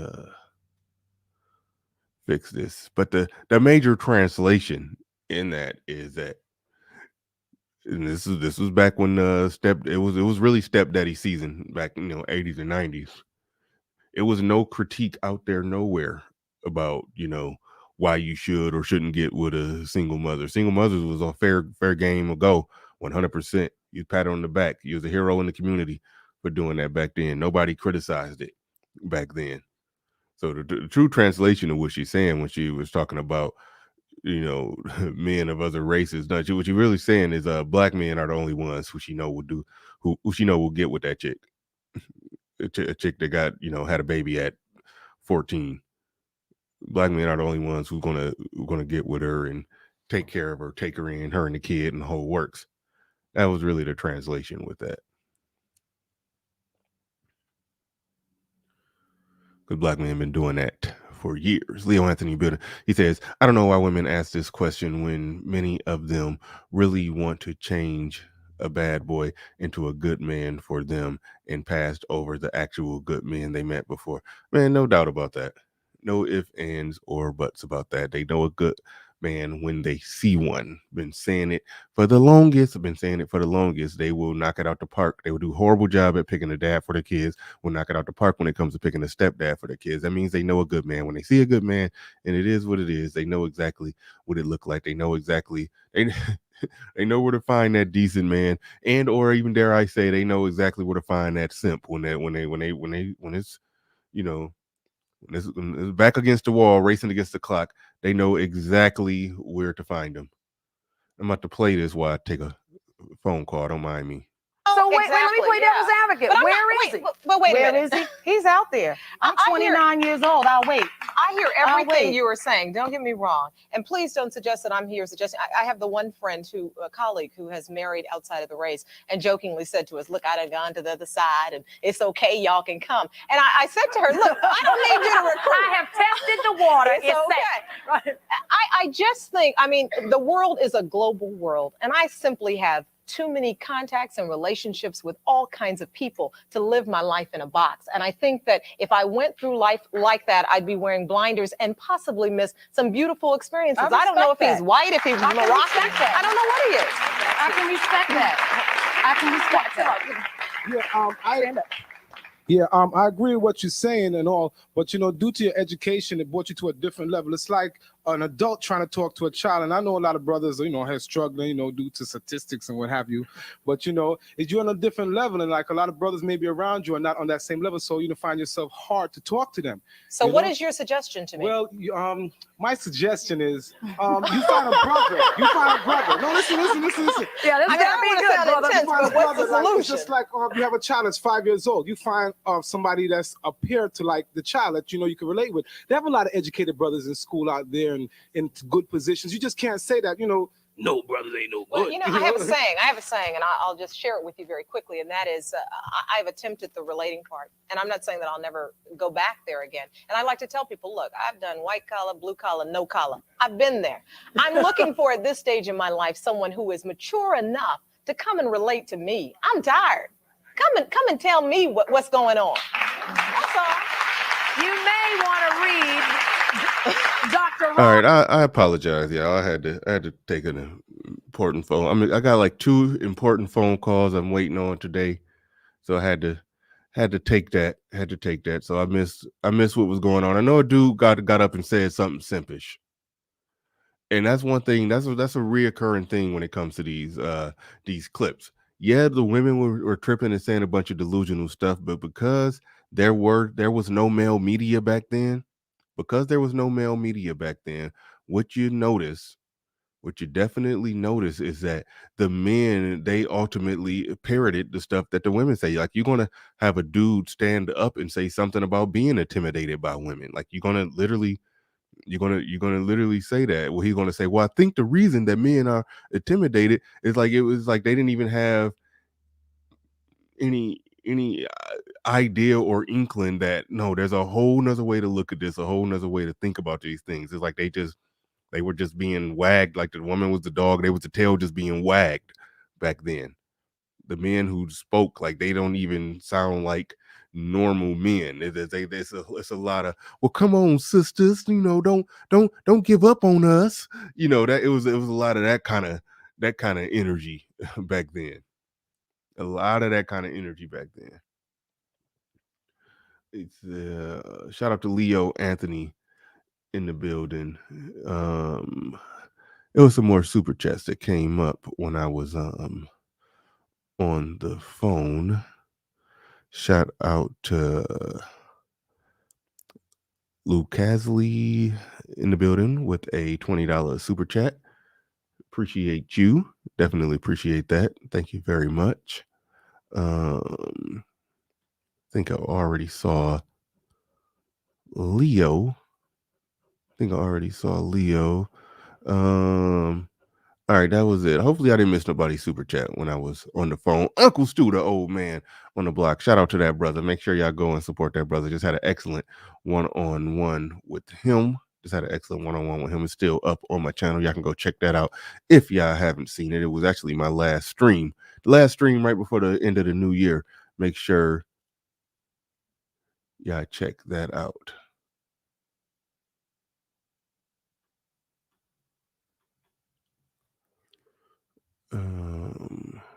Where Purple Girl. That's funny. Ed in the building, he says there's different types of hypergamy. A lot of women prioritize sexual hypergamy, then cry date down. Oh yeah.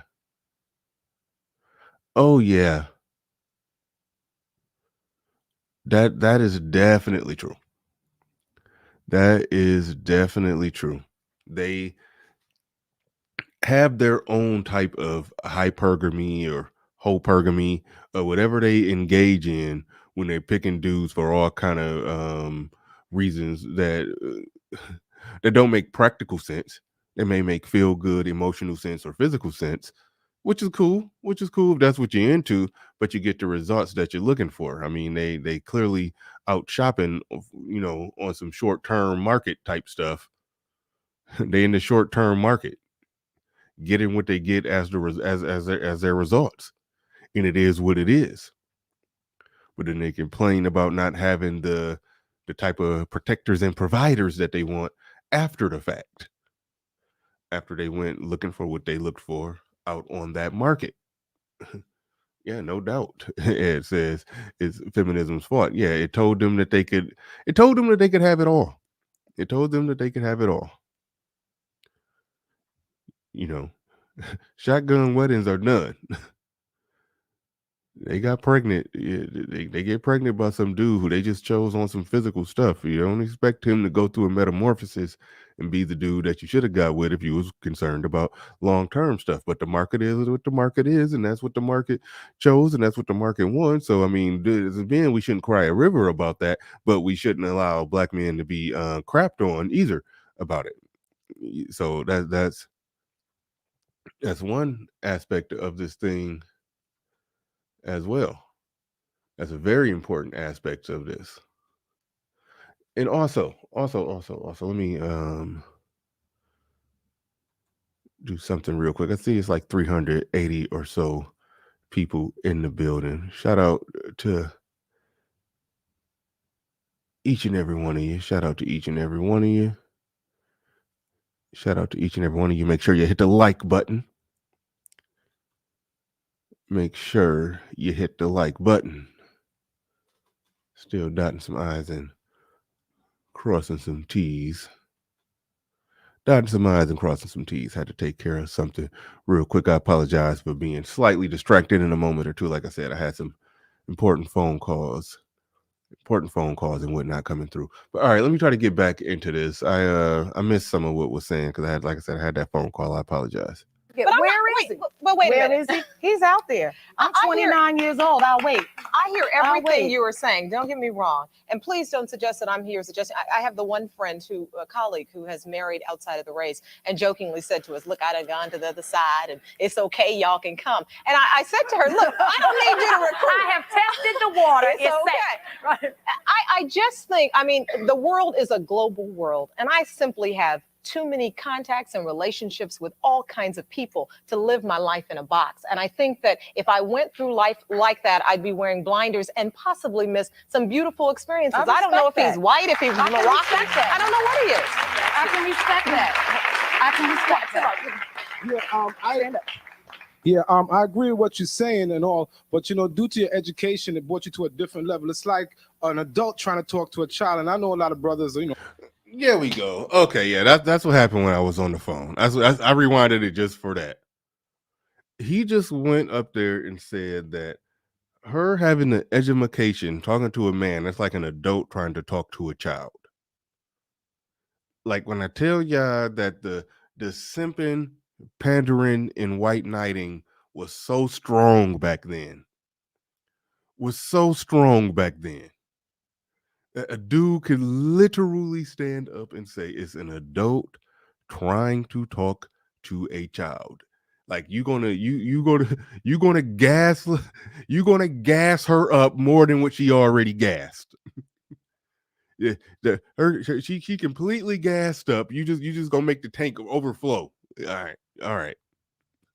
Now she's an adult talking to a child if the man isn't as educated as her. Okay. Again, I always say every group of women in this country is more educated than their men. No other group of men in this country would concede that point makes sense. Now, obviously, if we hear two people talking and hear two people communicating, and obviously two people are from two different worlds and they speak differently, that's one thing. Like we understand that.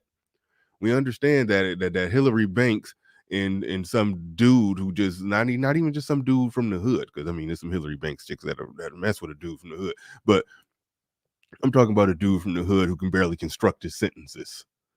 I'm talking about that. Obviously, those two people are not going to line up. But somebody who can't construct a sentence and a black chick who talks like Hillary Banks, like those both of those are rare. Most people can generally construct sentences. Most people are somewhere in the middle. All you really need is if you have a high school diploma and some lived experience, you can like that's essentially me. You know how to speak in the world. You know how to talk like an adult. Like, come on.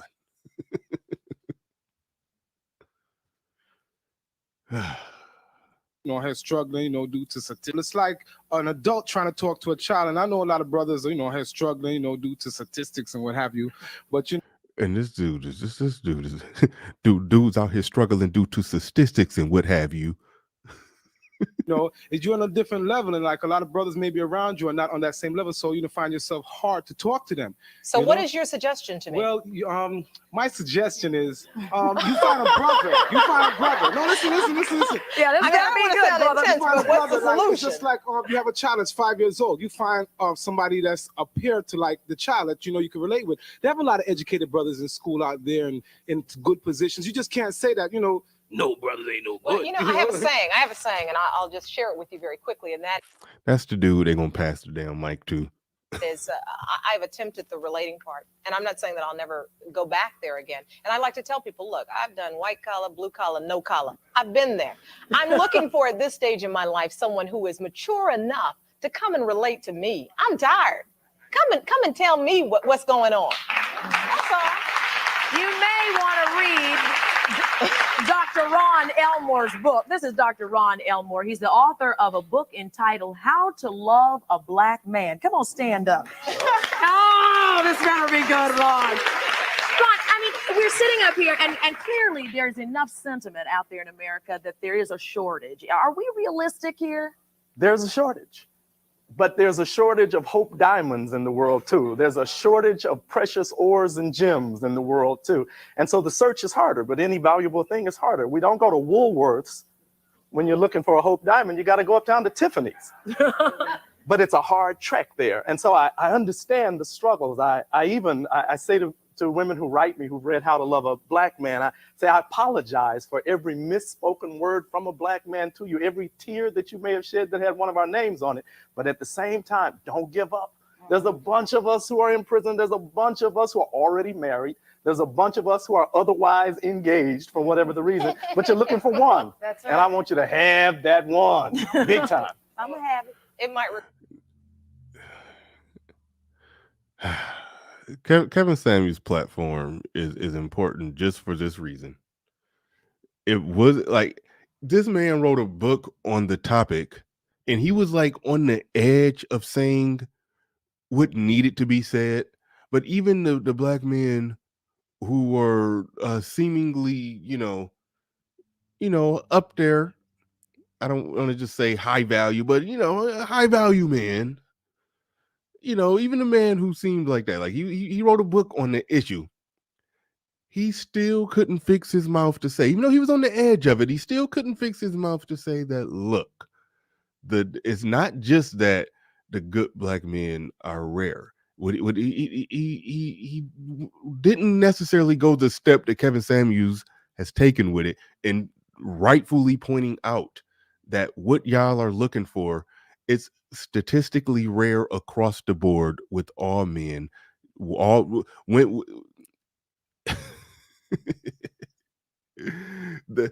thing that they're looking for is not looking for them. The thing that they're looking for, because it's rare, it has an abundance of options that more than likely don't include you. So you're more than likely not going to get it. Like he was close to doing that. He was close to doing that. But even then, even the men then, back then in the 90s, with all this is babyface days. This is ground zero for all that. They couldn't bring themselves to say it. Requires, my father said, just asking for it. Asking and working. I heard you mention something about the waiting idea, and waiting is a wonderful thing to do. Patience is a big part of this process, but it needs to be a working wait. Oh, it needs to be the kind of wait where I want to see the time the lights go down. I want to see you, Carolyn, back there checking out this whole row and being I got a card coming this way because I want to connect with the one brother so we can talk about some open exchange of That's ideas, if nothing else. But it's going to take that kind of meeting in the middle. And what I'm hearing from my brother in the back, this characterization of very successful Black women who are now attempting relationships with men who have not been as educated. I don't see it as a parent-child type thing. I see it as we have, even if there are two different languages, I believe what love is really about is making the commitment to bridge the gap. Right. It's okay. Talk your way, brother. That's right. Question up here. I'd just like to pose a question to you. Say if a brother approached you, maybe a blue-collar worker or somebody who might work in the mailroom, approach you and try to get to know you. Would you reciprocate that same kind of friendship for that person just Absolutely. Absolutely. I think one of my endearing qualities is I get along with all kinds of people. I consider my pool of friends, folk who in the mail room up to the boardroom. I think that's an endearing quality of mine that I think I learned from my family, that you respect all people. A brother would approach a sister like you and feel intimidated by your education and your prestige. Why are you intimidated? Here these dudes go. What I tell ya, they open their mouth, they close their eyes, open their mouth, accept whatever these women was pouring down it. These dudes, they just was hopping in the car and riding with it. Yeah, men are intimidated by me. Well, you see, the reason these brothers are intimidated by you, it's like, no, it's like they never just stop and think, okay, wait a minute, dude, are you intimidated by her? Does she intimidate you? And why the hell you think she's intimidating other men? They never just think to just call the bluff. Just call the bluff. But these was those days where whatever came out of women's mouth back then, it was believed to be true.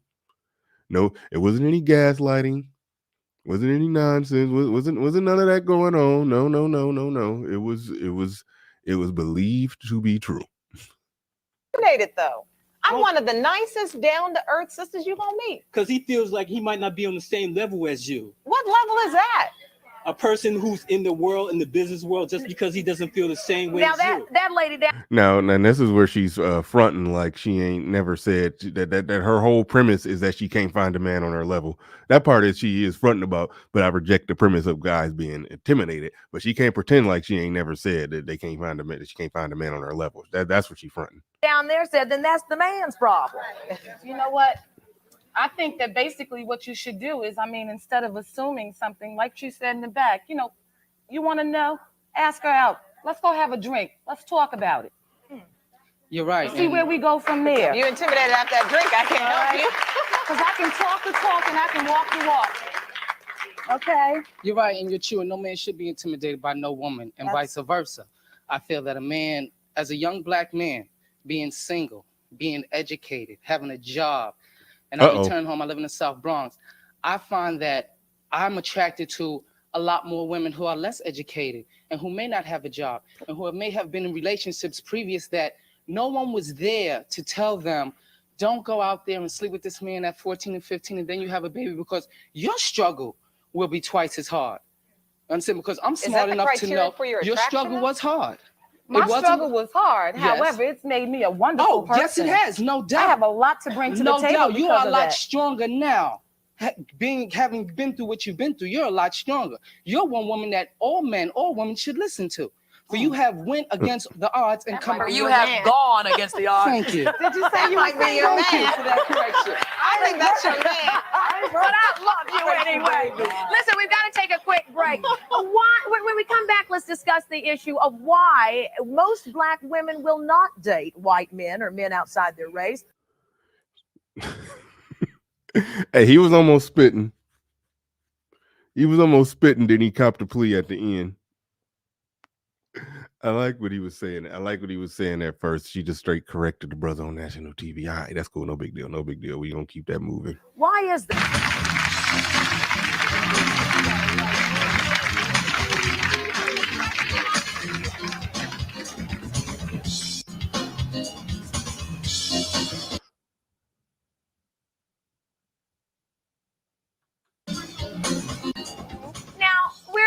talking here about where are all the good black men, and I got in a little trouble here talking to Rodney. When Rodney, when I corrected your English, I said you should have went, and I said it should have gone. The lady over here said, "See, there you go, intimidating men again." You know, did I intimidate? Is that wrong to do? No, you corrected me, which is correct. There was no intimidation there. I accepted that, and I reciprocated. That was that.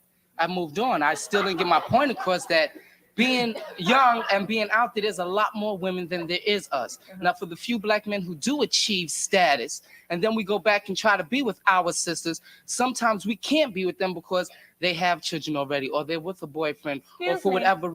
Uh-oh. That's what I said. I like this brother. This brother, he be on the edge of making some good sense. But y'all see when he said we achieve some status, we get ourselves together, we want to come back and be with the sisters, but we can't because hell, so many of them got babies and whatnot. That's what he said. And right when he could hear that, you could hear old girl in the background. Sometimes we can't be with them because they have children already, or they're with a boyfriend, or for whatever reason. I'm sorry. What's the problem with having a child? This is the second time you raised that issue. Because Make me unfortunately, understand, right? Listen, I want to be here. When there's Stand up. when there's a child involved, okay, and I've been in a relationship with a young lady who had 2 children from 2 different men. I had nothing against it. I went in there and took on the responsibilities. She ended that relationship because she felt that she couldn't have me and still deal with the fathers. I had nothing against the fathers. You can see your child, that's your child. But she broke it up because she still had to deal with the fathers. Oh, okay, so that's your issue when it comes to dating women with children. Because me and the children had a relationship, but when we broke up, I was out in the cold. Well, I want you. This is your daughter here, That's right? my pumpkin, right? Come on, pumpkin. Come on. All right. I'm gonna wrap it up right there. But yeah, I can see it was getting live. It was getting live. He stepped on that sacred ground that you're not supposed to step on, where he basically said, "No, I am the type of dude that y'all looking for." And some of y'all sitting there with damn babies by other men. So yeah, that's part of the problem. Well, why is that a problem?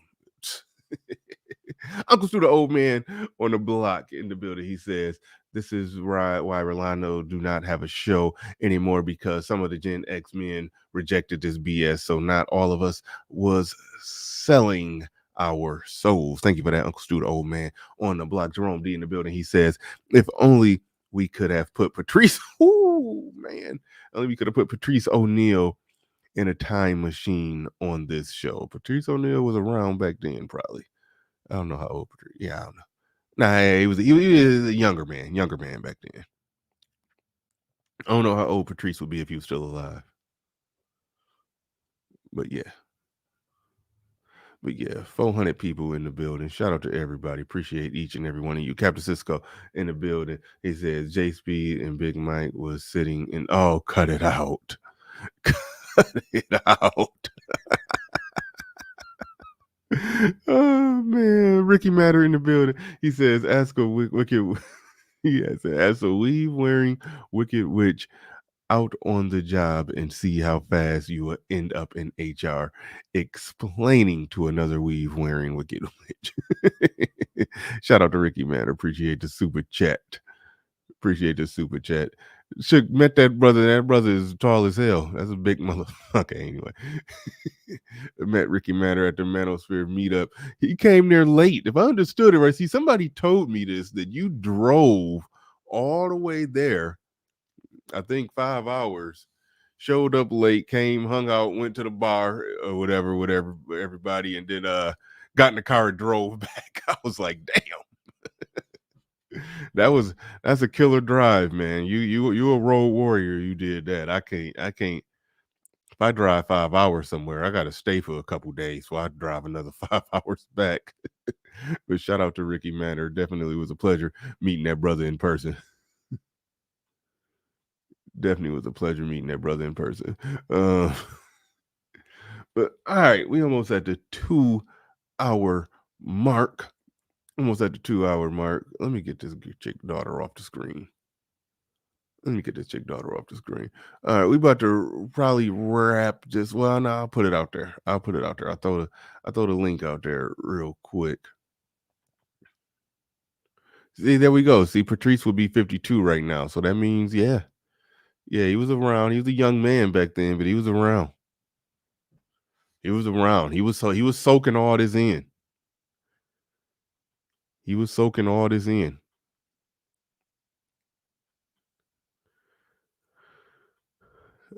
Dane C in the building says Bernard salute. Before Patrice O'Neal, there was Red Fox. Red Fox would have came with the fire. See, I don't even know if Red Fox really went at talked about women necessarily like that. That I don't know. But either way it go, we got Judge Zilla the Beast in the building. Going on. What is going on? You wrestling with that mic pretty hard. You got it? Sorry about that. Did you win the battle? I did. Man, from the big girl from the left tackle in the beginning. Mm-hmm. You know, the lace front side of the late front side, talking about no more broke, knowing she's gonna give it off anymore, and then yeah, and then these ones again, right? She is what emanates from these women now that you have on the screen now, right? And so you have the hypergamy that's in these situations, of which, again, like you said, the strength of the woman, right? Oh no!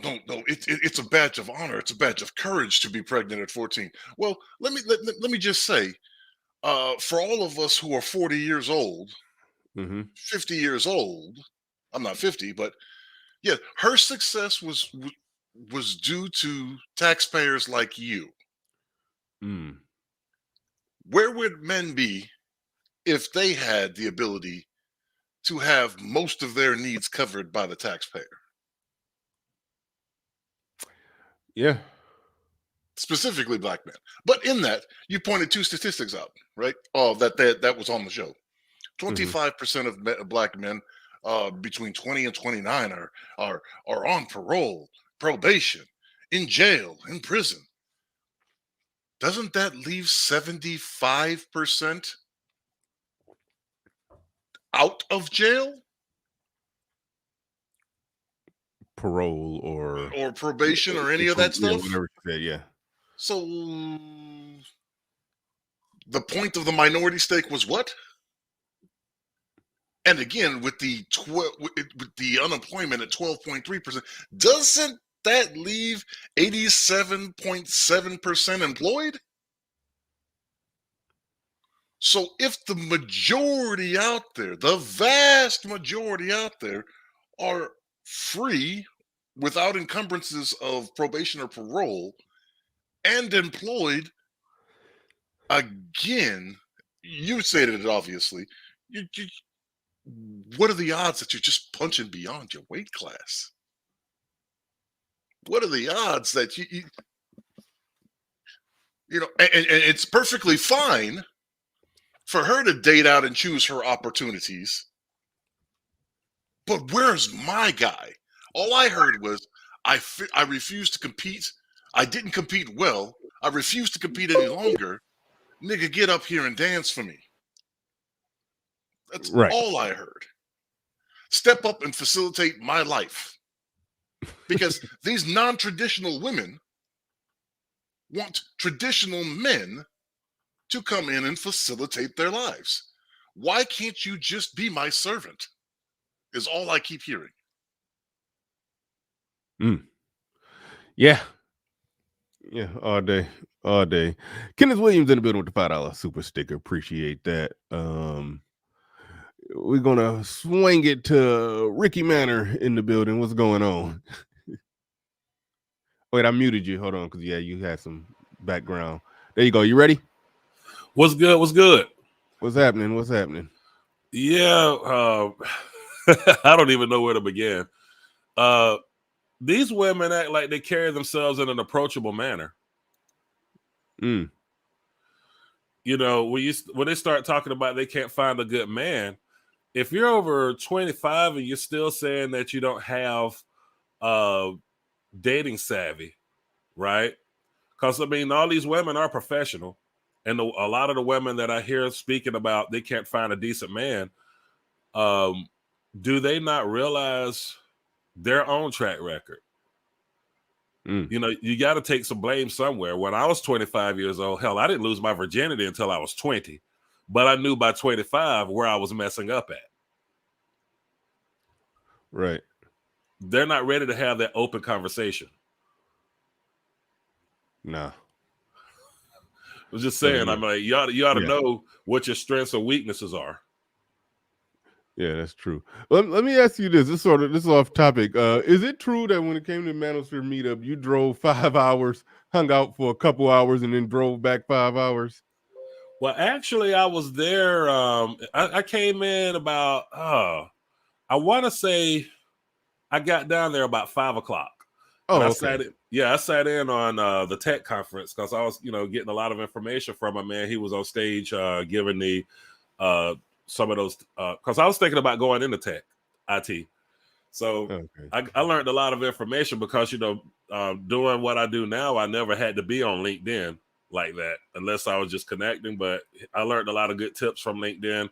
And then I hung out with Sub-Zero for a little bit, and I got some family up in the upstate of South Carolina. So when I left Atlanta, it was like a 2-hour drive to get back to the upstate, and then I hung out in the upstate. I heard somebody explain it that way. I was like, I've been meaning to ask this brother that. They said he just went down, drove 5 hours, hung out for 2, drove back 5. I was like, man, that is insane. I'm glad that's not true.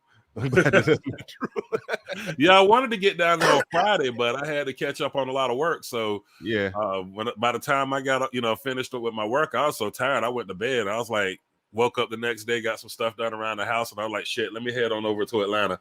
I didn't know it was going to be that long of a drive. I got caught up in a traffic jam. It was a badass wreck on the way up there. So yeah, no doubt. But Dane C in the building says black women being seen as double minority by racist. They were able to benefit from hiring and education, while black men couldn't benefit fully from the GI That was Bill. another point. That was another point I was going to bring up, right? Like that woman with that 14-year-old that got pregnant when she was 14, rather, right? Mm-hmm. So her daughter is now older. Her daughter is older than when she got pregnant with her, right? At the time of this recording. Yeah. Her daughter is 15. She was 14 when she got pregnant with her. Mm-hmm. So again, anybody who's went to college, right? We all typed in, and looked for those scholarships, right? How many black men had just scholarships for just being black men that weren't associated with educational merit or athletic merit? How many scholarships were out there for black men who just because they existed? It's really small. Like somebody said that they looked it up. That shit is like 3 or 4 versus with black women, it's like pages and pages and pages. And even more if you have a child. And we're not even adding in non-ADOS either, because that's that triple minority thing where they get shit that even some of the sisters don't even get. Because, they're allowed to do their entire year of college in remedial studies to bring them up to level. So they don't have to qualify athletically. They don't have to qualify educationally by merit. It's just scholarships available. And then that tacks on to the, what do they call it? The endowments, the scholarships that come from the endowments of the college themselves to keep them in there before they even have to touch the financial aid student loan money.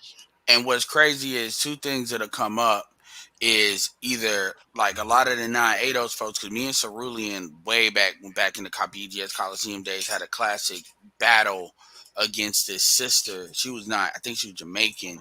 She was an immigrant. She was literally saying that the shit is there. Because they were talking about certain professions you can get into where the college is completely paid for because they're like priority professions. And she was talking about how the shit is just there. It's just we're too lazy to find it. But she was talking about black African Americans across the board. And one of the arguments that I made is that, how I know that's bullshit is because you may be able to pull that on brothers, but you can't pull that on the sisters. Because I know black women be looking for that shit. African Americans, they look for everything that's available because they got more of a network with that. And I didn't go into why that was, but I said if they're not finding it and they're complaining about it, then I know that it's not being shown. It's only being shown to like certain folks. So that's bullshit. And she didn't really have an answer for that. But she didn't have an answer for that. And I said, yeah. So they will literally tell you that it's there, you just can't find it. Or they will say they'll do what some folks will do, which is, well, black men need to just start raising money. We need to compete with our women for that, do the tit for tat crap, which I completely disagree with as well, for different reasons. But yeah, you're right. Yeah, it's bullshit. Yeah, but all right, well, go ahead, and I'm still passing to you. I mean, you responded to Judge right there, but I've taken something in this stream prompted you to come on up. So go ahead and fire off on whatever prompted you to come on up and weigh in. Nothing that I, shameless plug too. I got my uploads that I'm starting to do, trying to do YouTube right. But outside of that, as far as the topic at hand, I mean, you're right. This is ground zero for this stuff. And the main thing I was saying in the chat, first of all, that dude was talking about he likes to deal with a chick with a not Theo, but the dude from the Bronx. I was saying he was a strag sexual. That's what it sounded like. He was a strag sexual. But anyway. He from the Bronx. I like your kid. You want me to? She didn't have a father to tell her. Oh, you a strag sexual. That's what that is. Go ahead, come out the closet. But the thing is, there's different. I did a video on this. One of my car videos. There's different types of hypergamy, and what women are always in these conversations. Here's the truth. You notice how when women get into these conversations, this is true till this very day, they only talk about economic hypergamy, which, to be fair, is traditionally what a hypergamy was so associated with.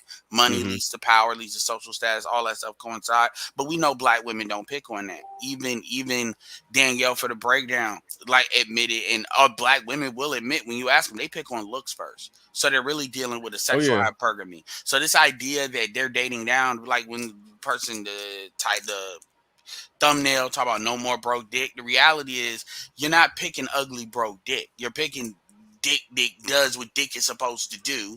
Not to keep on using that type of language, but you're picking sex over economics. That's a choice. That's a culture thing. And that's what none of these people are telling them either. Screw the fact that these dudes are rare. Even if let's say you find a dude, let's say you find like that sister, let's say she finds a dude that fits all those points, but it's 5'7", 5'6". Are you picking him, or are you going to make up some reason to talk about how the chemistry ain't there? Like, let's yeah. Oh, that's a good point.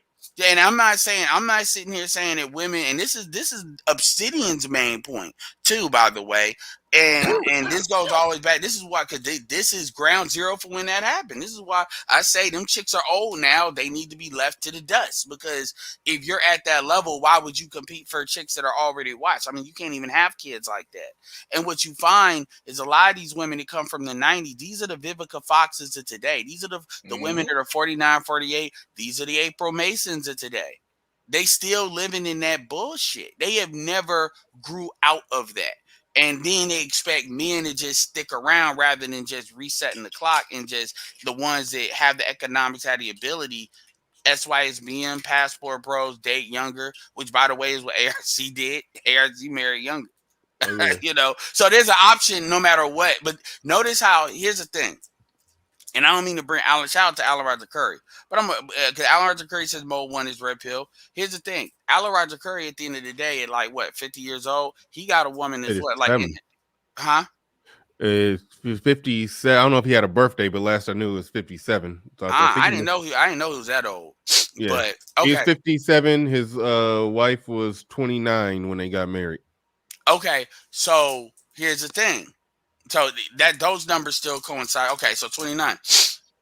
Even still, black women don't like that. If black men said, you know what, we're not going to do no passport, which very small percentage of dudes are doing, and we're going to keep it black, but we just marry younger, it's still going to be a fight. If we just stick with ADOs, we just marrying younger. We're like 30, 32, 33 under. We'll even put it up to that much. And you're dealing with dudes that are established at their, as Kevin Samuels say, your peak established value, which starts at 35 to we'll say 50. That range. Wait. That's still going to be a fight. Okay, so And that's if still I be a heard, if fight I with heard you black right, men. sorry, if I heard you right, are you saying that Vivica Fox should marry younger? No, what I'm saying is those women okay. are Vivica Fox's age now. Okay, no, that's what I was gonna say. I was like, how does that math work out? Why would a younger dude go with an older That's woman not what who I'm can't not provide saying. children? No, but I'm No, saying I misunderstood you then. Exactly. I apologize. So going back to that, the reason why that's important is because those women would still be left out today. Yes. You see what I'm saying? So the thing about it is, but Alan Roger Curry is comparable to their age. You see what I'm saying? In accounting terms, what those women are, right? What those 40 and 50-year-old women's, I'll say even 35, pretty much 35 and up, women of means right now who didn't fund what their reference is called sunk costs. You just got to write them off. Yeah, and here's the thing. Now, people will then argue, well, is Alan Roger Curry exceptional where he could pull that off? I would say yes, but guess what? They're only looking for exceptional men anyway, which it comes back to the problem. So the thing is, those exceptional men, even at 50, 57, can do what ARC did, because you got dudes like Shannon, who's more closer to 50 in LA. Mm-hmm. You know what I'm saying? So I can come up with other examples. Dennis Sperling. Even the dudes in 40s, they are not about to deal with you, the same women at their age, for anything, not just biology, but they know how y'all are. And but to be fair, women as they get older, even a lot of women, they tend to get worse if they're like that and not better. They may.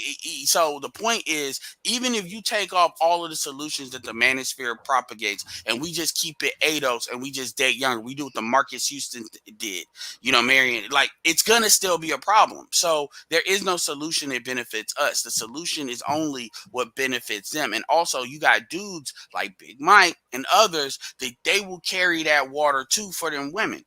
At the end of the day, they're trying to save them, and they put themselves in that situation. That's nobody's fault. At this point, with people like Kevin saying, I'm done after this, we're just giving them their exit interview. This is why you're being fired. I mean, is that not what it looks like when Kevin's talking to these females? He's giving them their exit interview. Yeah. Yeah. You ain't never think of it that way, did you?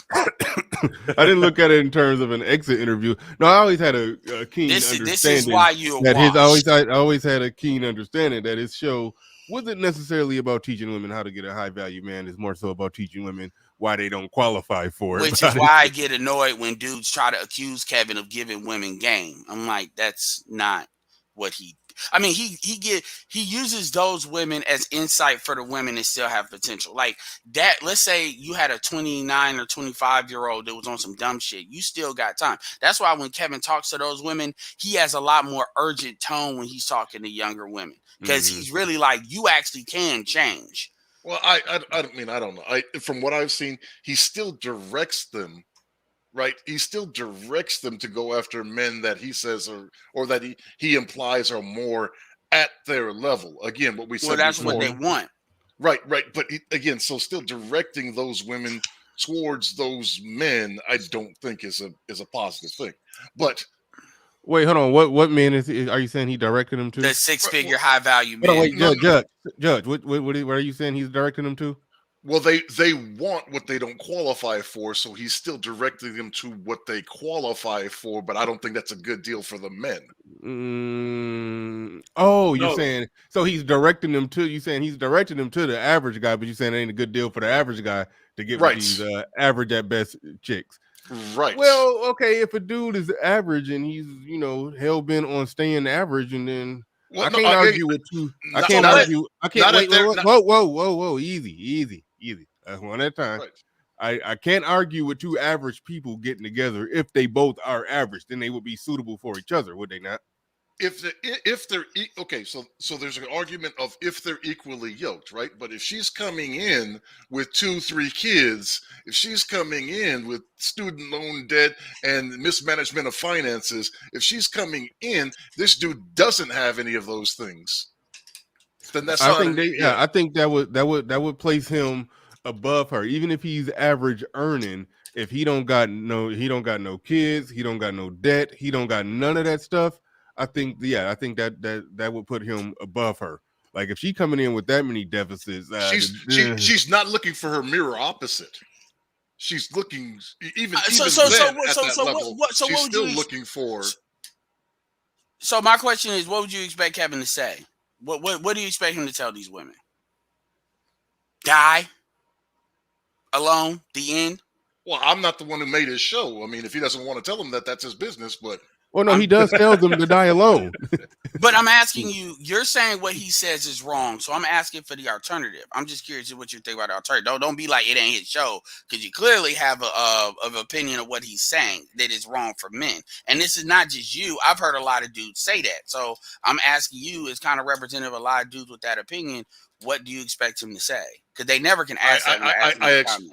I expect him to say, and look, younger women, this will be you. These women are written off. That is life. That is reality. He does do that. Yeah. So I can't tell you that because I don't consume that content that way. Okay. I've seen clips here and there. Well, that's the key with the clips, because I watch all the show, and it's a variety of stuff you're talking about. So trust me, he says, I mean, he wouldn't have the clubhouses running 24/7 if he was giving them any kind of real game. Like the thing is, he does tell them that, and that's why they get triggered.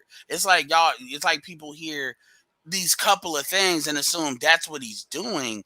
But if like, for instance, if you look at some of the, because he has a whole reaction thing now where people react to this video. If you look at some of the most damaging videos, like the videos where they talk the most shit, like, just say the most goofy shit, he'll tell them. He's literally told black women, you're a horrible person. You're gonna die. Like, you're a horrible black. It's nothing you can do with that. You're a horrible person. He has literally said that. So, I mean, and then also, and on another front, you wouldn't even have a show if that's just all he said constantly. Like, if that's all he said constantly, I mean, is that really what you all expect him to do? To just tell black women, you suck, the end? Over and over and over and over and over and over and over again. Again, maybe that's what they need to hear. I'm not writing his show notes. I don't care what he says in his show perspectively. I'm responding to the clips that I've seen and what you mentioned. That's all I'm doing. So I'll end. No, that's cool. That's cool. And I'll end it with this. My thing is, just like the dude that was from the Bronx that I said was drag sexual. Here's my thing. Black men are not fucking dumb.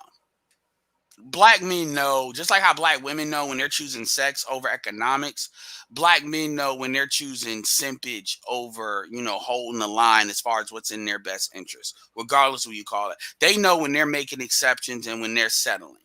At the end of the day, I don't hold Kevin responsible for in my opinion. I'm not saying you're doing this, but my personal opinion on this is black men do what they already want to do. It's just Kevin gives them, if anything, people use Kevin as an excuse for doing it. So then it becomes, well, if Kevin wasn't there, then if Kevin didn't say the things that he said, then they wouldn't do it. That's not true. Simps would still exist whether Kevin Samuels said what he said on his video or not. These dudes that want to get married would want to get married, whether Kevin Samuels said what he said about a high value man and all that or not. They already want to do it. He just found the audience. That's really the difference with me. And I think people, they get too big in the, well, Kevin Samuels does this. This is why black men do that. I don't give Kevin Samuels that much power. I just think black men just look for the person that reflects the values that they already want. And it just so happens there's a whole bunch of dudes like that. Well, can I add something in on this? Yeah, go ahead. Sure. All right, because what I'm seeing here, when I hear these black women talk about they can't find a decent black man, did you guys pay attention to social media when Trump let all these black men out of prison? Yeah, I remember that. Okay. Did you see these women showing off their new booze? They getting booed up with some dude straight out of the prison yard? No, I didn't see that. I saw a lot of it, and especially on TikTok, you saw these men in there with contraband phones. They're getting all kinds of love from these black women. You see that a lot on Facebook. Yeah, you see it on Facebook. You see it on, you saw it on TikTok a lot. These men were sitting there with contraband phones from a fucking prison cell. And these women sending them all kind of gifts, and the chat room was moving so goddamn fast that you couldn't even keep up with it. And I'm like, these dudes are in jail. And here I am, a free man, you know, sitting out here, you know what I'm saying? Still not getting that kind of love. Like, damn. It's crazy. Well, and that's them, and that's them prioritizing like that in your case, that hyper masculinity over everything, that chaos masculinity. And that's the thing. A Yeah. lot of these women want, and that's why I'm gonna start calling it, because it's not just when they talk about it's dudes that, and I'm not trying to call these dudes effeminate, but in the sense of that chaos element, dudes are supposed to represent order, women are supposed to represent chaos, and it is the order that's supposed to override the chaos. They say it themselves, this is what they supposedly want, yet they run to the chaos. So it's beyond just the physical look. This is why you get a lot of these linky, like Lil Wayne looking dudes with tattooed up and stuff as well, which are not necessarily representative of like absolute masculinity or something. It's that chaos shit. And then they come around and they trying to sell you a story about why that messed them up. And truth be told, you know, a lot of dudes want to buy that. A lot of dudes are willing to buy that story, which again is why they want to. That's their version of simpage. So I'll leave it at that. You coined, hold on real quick, Ricky Manor, but Ed, you may have coined a good phrase, chaotic masculinity. That's that I think that sums up what a lot of them want and what they're referring to when they say masculinity. Because listen, somebody who's breaking the law and getting locked up, like when you talk about masculinity, well, there's a term for that. It's called hybristophilia. I'm sorry, say that again. There's actually a psychological disorder that's referencing that. It's called hybristophilia. Explain exactly what's the definition of that psychological disorder. Being attracted to violence and or danger. Well, there you go. You just proved David Carroll's theory that being a black woman is a mental disorder. My took the words right out of my mouth. My apologies for cutting you off, Bernard. It's an actual thing. It's in the DSM. Wow. No, I didn't know that was a thing. I didn't know that. Wow. You know what I call these women like that though? I call them torso barbers. You know how you in the gym you have a punching bag called torso bob? They're called torso barbers. They like getting that ass beat. And then they want to jump in and be like, why is a black man protecting us? But you run into the dangers that you know that are facing you in the black community, because ain't no white man coming over there beating your ass. Right. This is it's the same thing. It's the same thing that alludes to the women going after serial killers. Yeah, well, just so people don't try to say Bernard's show is got off the reservation, we're gonna give a good reference to this very conversation. Because we know how the a-holes are. Ari Fletcher, there's a video out talking about Ari Fletcher saying, literally, and I quote, "I need a man to pull a gun on me because that's how I know he loves me." Folks have been doing videos on that. So this is not some shit we just making up, as far as we can't reference black women not doing that. And I know that's one, but that's all we need is one reference. So Ari Fletcher has definitely said that. She said that recently. I need a man to pull a gun on me because that's how I know he loves me. And you got and you're not and then what I dare any of you females, other people to say is then explain to me why else a woman would prioritize a man in prison if she can get something else. I mean, there's a lot of free brothers on TikTok that I saw out there. You know what I'm saying? Because see, me, I'm married, so of course I'm not on the dating market. But I saw a lot of free brothers out there on TikTok that wasn't getting their chat rooms ran up in like that. I'm like, what the fuck? Like these dudes are in prison, and you can't wait till they get out so you can meet them. That's what you're prioritizing. But if you're gonna prioritize that, and everybody sees it on TikTok, Facebook, Twitter, people see this. Don't get on Kevin Samuels' show bitching about you can't find a good man. Yeah, we all know what you're prioritizing. Because the thing is, before all that BS in the 90s, when you were playing that, all that crap wasn't out there because nobody wasn't saying nothing. You know, dudes were, rather than having a manosphere in the black sector, we were doing simp music. I mean, simp music was at the height of the 90s. You know, so you know, like y'all mentioned before. So now all that stuff is out there and they're still doing the same thing. And then they expect to get a different result. Here's another thing you need to understand too. The Z's see that. The Z's saw that up front. The Z's did not get this girl next door. I keep saying this. Monica was a strag. the singer, but she was told to fit into an image of a girl next door. Like, because Brandy was one of the ones that was hot right at that time, one of the ones. So even TLC, a lot of them would they tried to fit all of them into girl next door monikers because that was popular, because that was the opposite of the simp music, right? And that's what we grew up with. Like, I'm 35, so I grew up.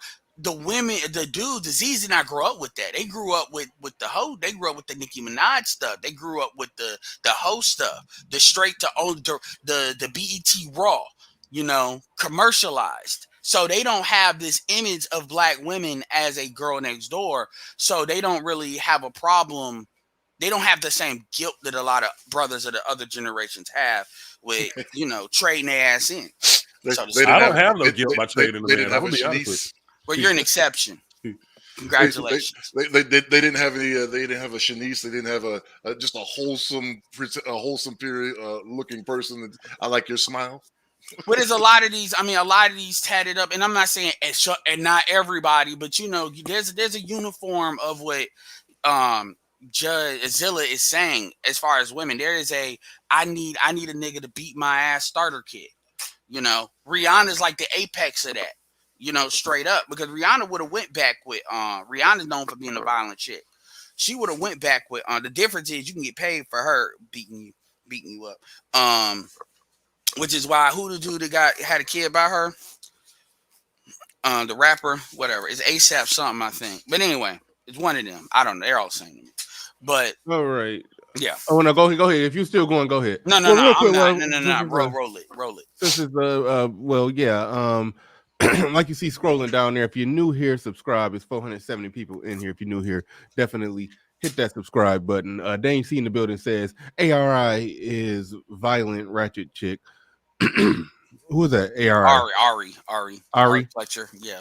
Ari Fletcher. See, I don't be knowing these people. Ari I don't either. Is a violent ratchet chick, but I like the way she mocking and roasting the people coming at her. I have no idea who you're talking about, Dane C, but thank you for the super chat.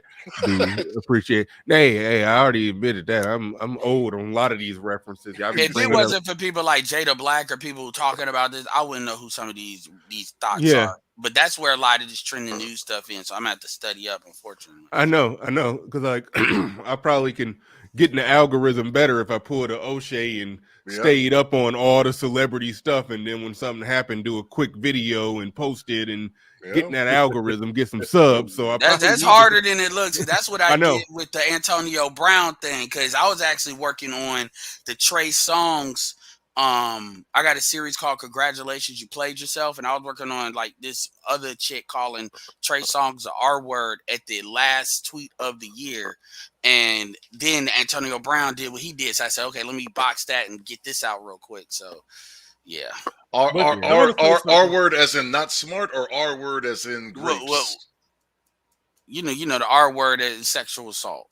That R word. Right. I want to say something real quick though, and nobody ever brings this up when these damn whores be out here screaming that men ain't shit because they don't want to be their cleanup guys, right? Mm-hmm. Right. Well, they're not going to say that because that'll make them look bad. I mean, they know what they're saying. Go ahead.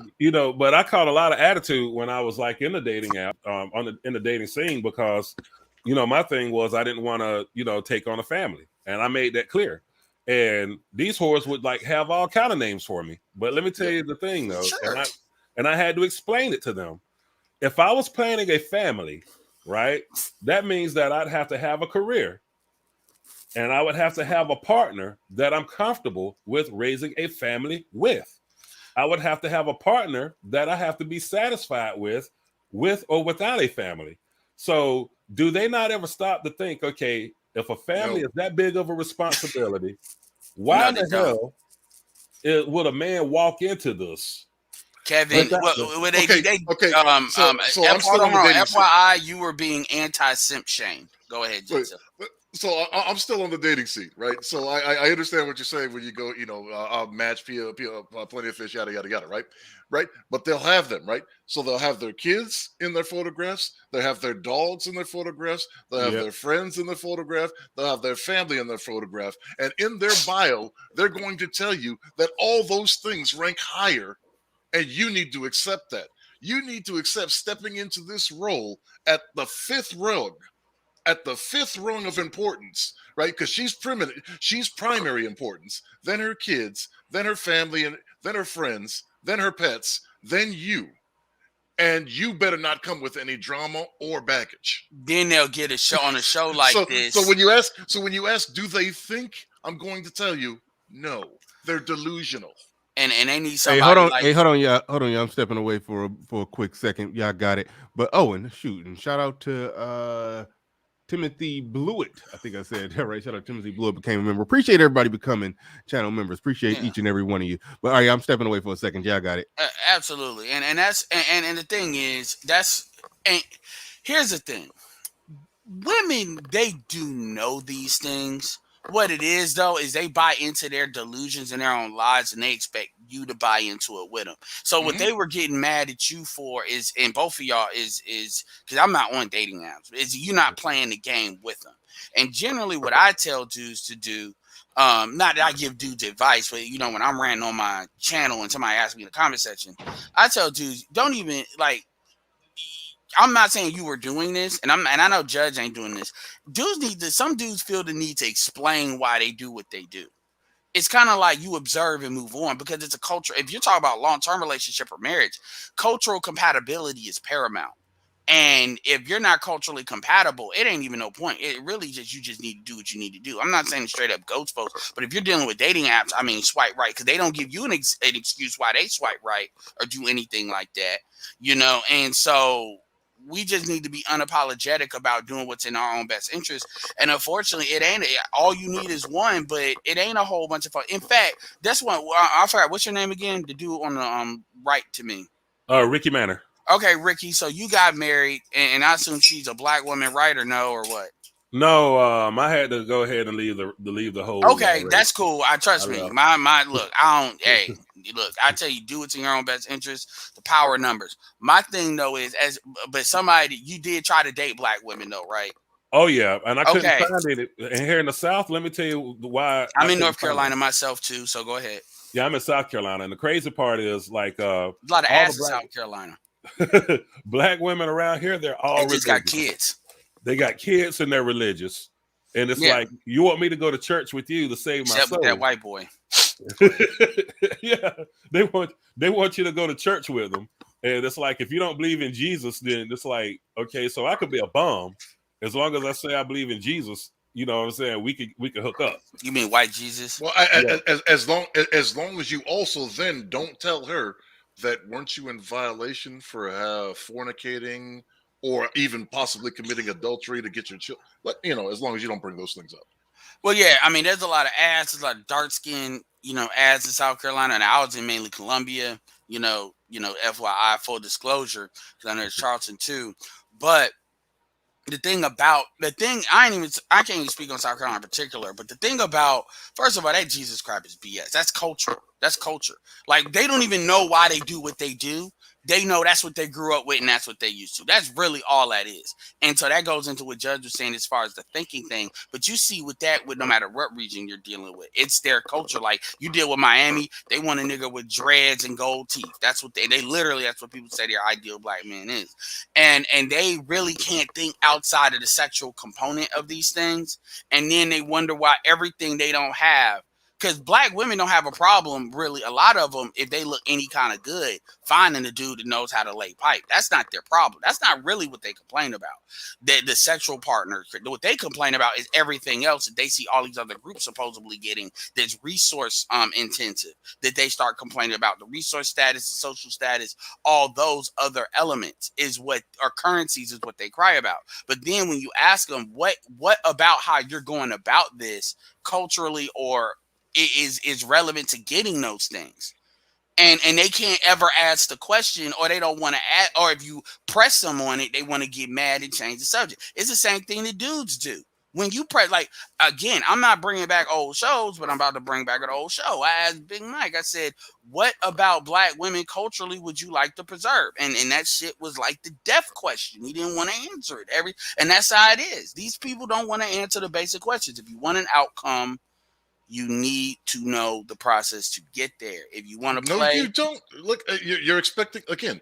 So, well, they want to be magical about it. if your food is subsidized, if your child care is subsidized, if your housing is subsidized, right? Your children's education is subsidized. So, if you don't ever have to put in, but you get out, and that is your life. If your utilities are subsidized, right? If your education is subsidized. Well, I'm saying I get what you're saying, but I'm saying if you want a different outcome, that's all. Like I get all of that, but to me, I don't care. I get that. You're saying it from kind of like a top-down approach. I understand the whys, but Why then it would becomes. why would they think otherwise? That's but why they're they're complaining. entitled But to they're these men. complaining because they want a different outcome. We don't have this No. They're conversation. complaining They're happy because they with what believe. they have. No. They're complaining because they believe that they're entitled to these things. Not just that they want them, but Well, they they're believe only that they're entitled to Yeah. these things, regardless of whether they keep themselves in shape and maintain, and either improve or maintain attractiveness, or perform any of the needs or acts that a man Well, do you think that they they don't have a want right would to be want them to do. entitled? I mean, you can be entitled to whatever you want, but it doesn't matter what you want. It matters what you can get. And the only thing is, and this is where black men have to take accountability for it, that only happens because dudes will try to meet them where they are. See, what most groups will do, like what whites will do, and yeah, all groups deal with their own more than they don't. But once a woman crosses a threshold where they want it's just ridiculous they can get, then dudes start looking at other groups, for instance, whites or Asians. But you're programming, and as I understand it, from South and North Carolina, and you guys are saying in the Bible Belt and everything. So you have a government. Well, I'm from Chicago, but go ahead. Yeah, like but you're I the live region here. you're in. Yeah. Yeah. Right. So you have that. So we'll just I'm localizing this a bit, right? Given the panelists, right? But so you have that situation. Remember, these are both Republican states too, by the way. So this ain't like Illinois with government stuff to that level. But go ahead. My point is my point is you get this entitlement situation from the government, and then from the religious sector you get the pie in the sky. God's gonna make it all right. You're more than a conqueror, and God's gonna provide you with what you need. So. But black women do that all across the country. Black women do it's just different degrees. But, right. Yeah. And what I'm saying is, if you have that influence, it's not to take them. It's not to alleviate their responsibility or their agency. But if they have both of those influences upon them, right? Okay. And nobody ever steps up to correct them on either of those views, then why would they not feel entitled? And when what they feel they are entitled to is not forthcoming, why would they then not complain about it? Because everything else comes that way. Well, again, you're right. But when they complain about it, this is what they get told, and they don't want to hear it. And it's so bad that even the men, like, think about it, even the men that are in their proximity, this is why I say Ricky was an exception. And he can correct me if I'm wrong, if what he's doing is normal and somebody in South Carolina as a man, but he's an exception, because what most dudes will do is they will do I'll take it a step further. They will reinforce all that stuff you just said. The men on the ground will reinforce that. They can't provide that, by the way, but they'll reinforce their right to be entitled to that. And that's also not local. That's national issue. And you see that when we have these contrarian arguments. It's not that they have a counter answer. It's that, because if you have a counter answer, I can work with that. We can try to meet in the middle, like what we're doing right now. Or I'm more adding to what you're saying.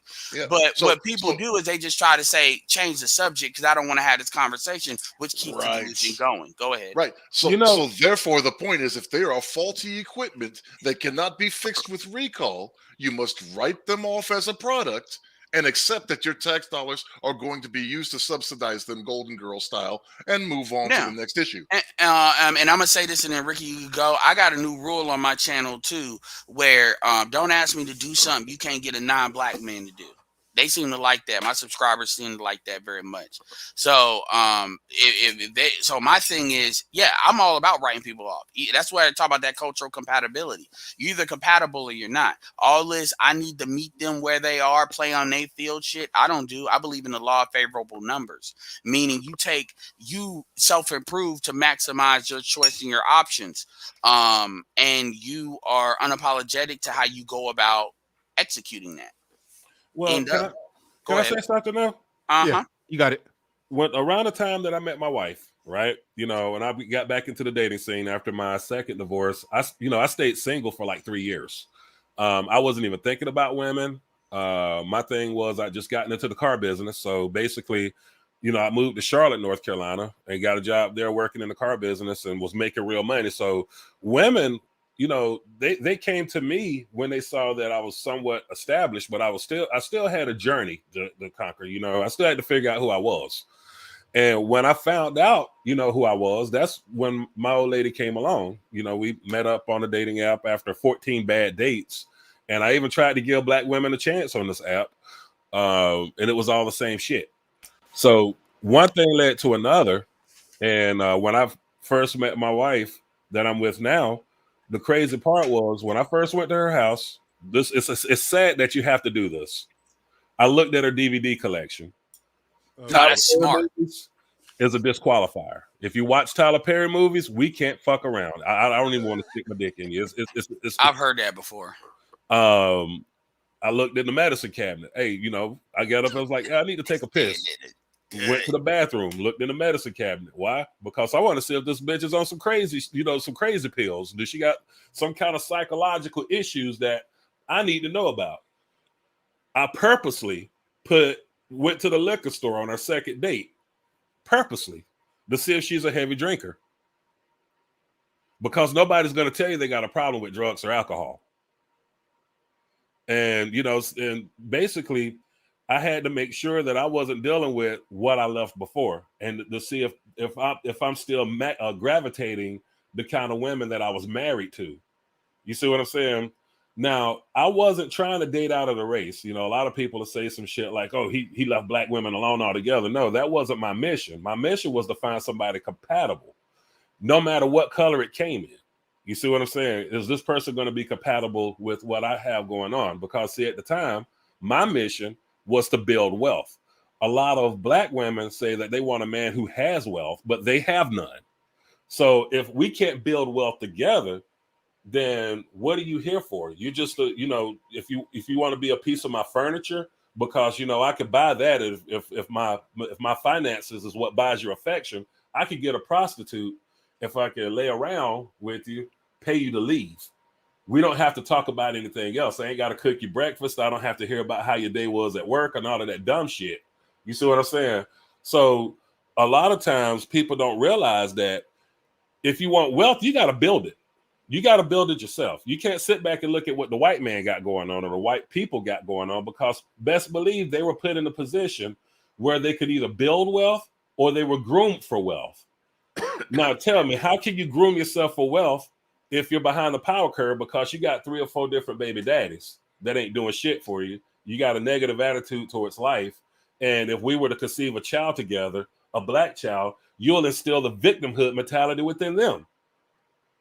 I don't want a woman that's going to claim that she's a victim under white supremacy to the point that she feels that she has to gravitate towards white people's ways to white men themselves. You see what I'm saying? So if they're psychologically fucked, absolutely, the only thing that we'll be doing is banging our heads against the wall trying to understand them. And life is too short. You know what I'm saying? I was 37 at the time when I met my old lady. So at 37 years old, I was at that moment in time that I wasn't getting any younger. I needed somebody to grow old with. You see what I'm saying? Like, it is what it is. And I needed somebody. And the one thing that black women need to hear, and I think that all women need to hear this, but especially black women. Us men only want 3 things in life: food, sex, and sleep. And for the long haul, the only thing we want is to be able to bust a nut and not have a headache afterwards. So that's what we look for. Who we can bust a nut up in and have the least of a headache afterwards. And if you're not offering a good night's sleep after we bust a good nut, then what's the point? Yeah, good stuff. Good stuff. I meant to say this a little earlier, but if moderators haven't been doing it, drop because I don't got his name up there where y'all can see it. But so if y'all not familiar, there's a link to Ricky Manor's channel. Yeah, definitely start dropping Ricky Manor channel throughout the chat room. Thank you. And you see, Thank you, and Bernard. you see, oh yeah, no doubt, no doubt. And you see Nate Dog 74 right there. You already know what to do with that one. Little Big Nate's new channel should be spammed out through the chat room. Let's get that brother some subs. I think we got him. We helped to get him over 200. So let's. I don't know if he crossed 300 yet or 400. Wherever he need to. Let's get him there. Wherever he need to get to. Let's get him there. Nate Dog 74. Yeah, Nate Dog 74. Yeah, he lost his main channel. I don't know. Shit. Yeah, I don't know how he coming on getting that back, but he lost his channel. But that's his backup channel right there. So we're trying to get that one up and running and hitting at least. We wanted to get 1,000 subs. Hopefully, okay. He said he almost at 400. So yeah, maybe in another month we can have him at 1,000. Less than that. You just need to do like a Chitlin circuit, make around a Chitlin circuit. Talk to collab with various channels like my size or something like that. I mean, we'll do that. Do a couple of interviews. That's what Donovan did when they cut his channel off. Yeah. So yeah. Go ahead. Whoever was trying to jump in there, go ahead. Oh no. I was just okay. So I was just thinking about something. So when we see these titles, should we just automatically translate these titles to something different, right? So when you see these titles of "Where have all the good men gone," shouldn't we just automatically translate to "Why are we all fucking the same niggas because the good men didn't go anywhere"? Yeah. Boom. That sounds about right. Shit. I dropped something. I'm gonna drop this link in my website. I'm gonna get some Patriots on your channel too, Nate. Okay. Cool. Yeah, do that. I got you too, Bernard. And who else needs a channel promo? Ed could stand to pick up a couple more subs. I'm sure he won't mind if you promoted him. But yeah, what's your link? Oh, my bad. I didn't mean to cut you off. Just Edward Anderson, just his YouTube channel. Just type in Edward Anderson, it should pop up. Black Wolf Inc. in the building says, let's see. It's times like these I wish for the grown man our Snow Bunny Hunter gear set for the black man that plays in the snow and eats tacos. Shout out. There's also there's also sushi, there's also ramen, there's also General Tso's, there's also curry, there's also picanha, right? For Brazilians. Picalio. Yeah, just about killed me with that one. I forgot about the Snow Bunny gear. Hey man, it ain't bad though, man. I'm telling you. I mean, since I've been married, I haven't had one argument. The only thing we argue about is who changes the litter box. That's it. Like, come on. To be honest with you, I swear to God, I feel like the luckiest man in the world. If that's the only thing I got to argue about is who get to change the goddamn litter box, shit. Yeah, I mean, I definitely know the feeling. My arguments, they barely even arguments. I don't even really call them arguments. The arguments me and my woman have. That's not even a thing. So it is the amount of peace, that comes with that. It is ridiculous. It's a night and day world of difference when you with a woman who just constantly got an issue with something. It's a night and day difference. Oh yeah, I've been in those relationships. Hell, my second marriage, this is fucked up. I would leave work hoping to get into a car crash before I got home. Nothing to kill me, just put me out of commission so I didn't have to go home for a couple of nights. I have a damn good reason not to be there. If all I can say is one thing to black men out there, look, black men, you don't have to be with a woman who thinks punching you in the back of the head means I love you. or I like you a little bit.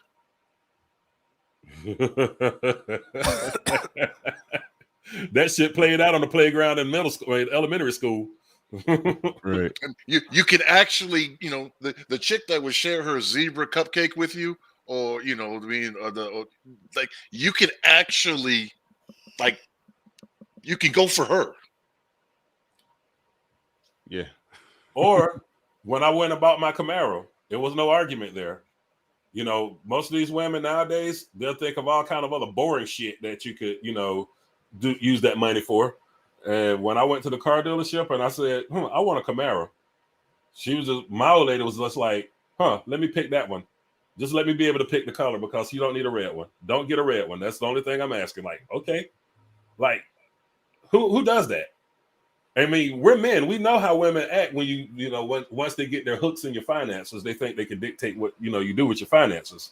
She was more along the lines of, I'm tired of hearing you saying you want one. Just get it already. Yeah, good stuff. Hey, homeboy in the back. I'm gun shy about letting new people I ain't never seen come up after what happened with Lapeef when somebody jumped up there, flashed themselves, and got the channel taken down. So, man, it was a dude down there. This was like the day after all the Lapeef stuff happened. The dude was down there, cammed up, but he was down there with his damn shirt off.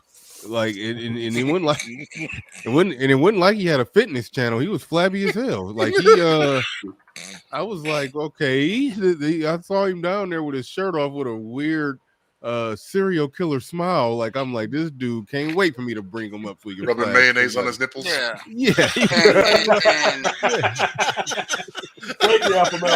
No, yeah, it's some real weirdos out here. I know, Ricky. I definitely want to. I'm gonna sub to you myself, and definitely want to interview you because that's one thing that doesn't get talked about with the marriage piece. It's always this defending marriage just to be defending marriage, and it ain't okay. Well, this is how to go about doing it. Like as far as vetting. And I've heard bits and pieces of stuff of what you said before, but the fact that you thought of that stuff without really engaging in any of this type of content and did that before, that gives a real good credibility to going about doing that. Because I've heard a couple of things you said before, like one video here, maybe a long time ago, and then maybe recently, maybe another thing. I've heard the DVD thing recently with the damn Tyler Perry stuff, and I've heard the medicine cabinet from the white boys a long time ago. Because, them white chicks stay on bullshit. But, yeah, that was a long time ago. That was like years ago. So, but I can tell you came up with that stuff on your own. And then you're talking about you, because I would really love to hear some of these 14 dates. I mean, that sounds like a mini docudrama. The 14 dates that taught you what the fuck you need to do.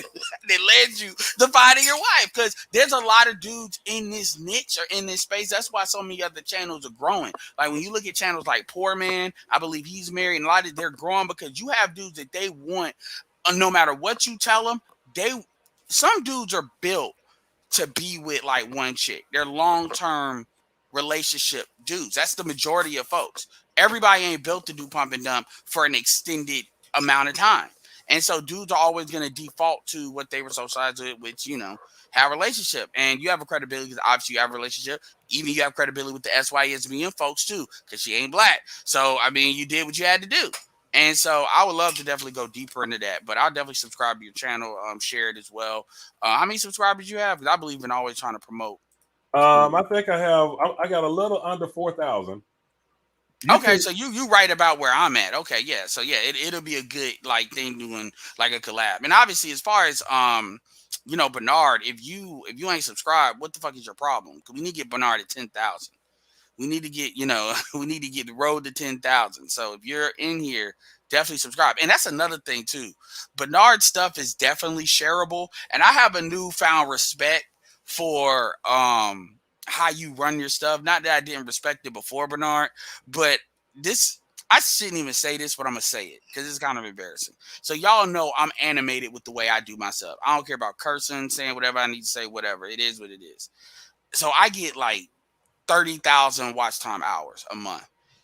Do you know that almost 0% of that is monetized? And when I started trying to monetize some of my videos, like my car stuff, they put that shit on limited off gate because they like, we know how you is based on we hearing the curse word and stuff like that. So I don't even want to submit for a request for YouTube because when you look at that thing, when you do an upload as far as all the stuff to get it monetized, I already know I'm breaching most of those stuff, like the language and all of that. So I don't even. Hold on, wait. I thought you were. I mean, you could super chat. You got super No, chat. no. I can super chat, but we're talking about the ad revenue. Because the ad Yeah. revenue is a little bit different. So when people say like, and I'm the reason on my own stuff as to why my stuff on my live streams that because I'm usually the one that's using most swear words and stuff. Yeah. So all the live streams, like you do a lot of live streams, I don't. As far as panels, that time matters as far as that watch time because when you're being shown ads and stuff like that, that's actually revenue that's generated for the channel. Which is so I now understand why dudes are so real big on wanting people to not say crazy shit. Not that I say crazy shit, but even like the R word, small hat stuff. So anyway, I just wanted to say that because I know you run a live stream channel like that, not necessarily built on upload. So anyway, I try to keep it clean. I mean, it's it's ways around it. Try not to be cussing bad in the first hour. Yeah. And then stuff like that help. Yeah. But I mean, at the end of the day, when we open up the panel, it's gonna be some cuss words. I already know that. But again, it's certain things that just are not algorithm YouTube friendly that we can't say. I mean, we could slip in a shit damn and fuck here and there. Like, I mean, that's fine. But we know what we can't say that'll get the channel. Have them watching my channel the way they was watching Little Big Nate. Little Big Nate couldn't even think about saying certain stuff. Well, I mean, he said it anyway. Then eventually they came for him. So I ain't gonna lie. Like even with the gynocracy, I'm gonna start calling the gynocracy Raccoon City. Off of Resident Evil. Like I'm about to start. So people that's in the know. When I need to do a video explaining what Raccoon City is, you'll know. That way you can be caught up to speed. I'm about to start having code words. I'm gonna have a ledger on my stuff. When I say this is what this means. I mean, we black, we use ebonics anyway. We might as well use it to make some money off it. Shout out to Azil too. It was somebody on my thing that came up with the Raccoon City reference. I'm gonna make it rather than Resident white, Evil. rather than white and red. I'm gonna make it white and purple. The umbrella. That's the gynocracy, the umbrella corporation. See, yeah, go ahead, Jed. It might be like I like eyelashes. I like eyelashes and nails because no man ever asked for those things. The long ass eyelashes, the long ass nails. Oh yeah, like are you talking about what you call and replaces? I get what you're saying. Yeah, right. Because no man ever asked for those things. Yet they will tell you that they do them for men because that's what they want to do for men. Mm-hmm. They don't want to do the other stuff that you ask. They don't want to do the stuff that men are asking for. They're gonna do what they're gonna do, and you're gonna like it.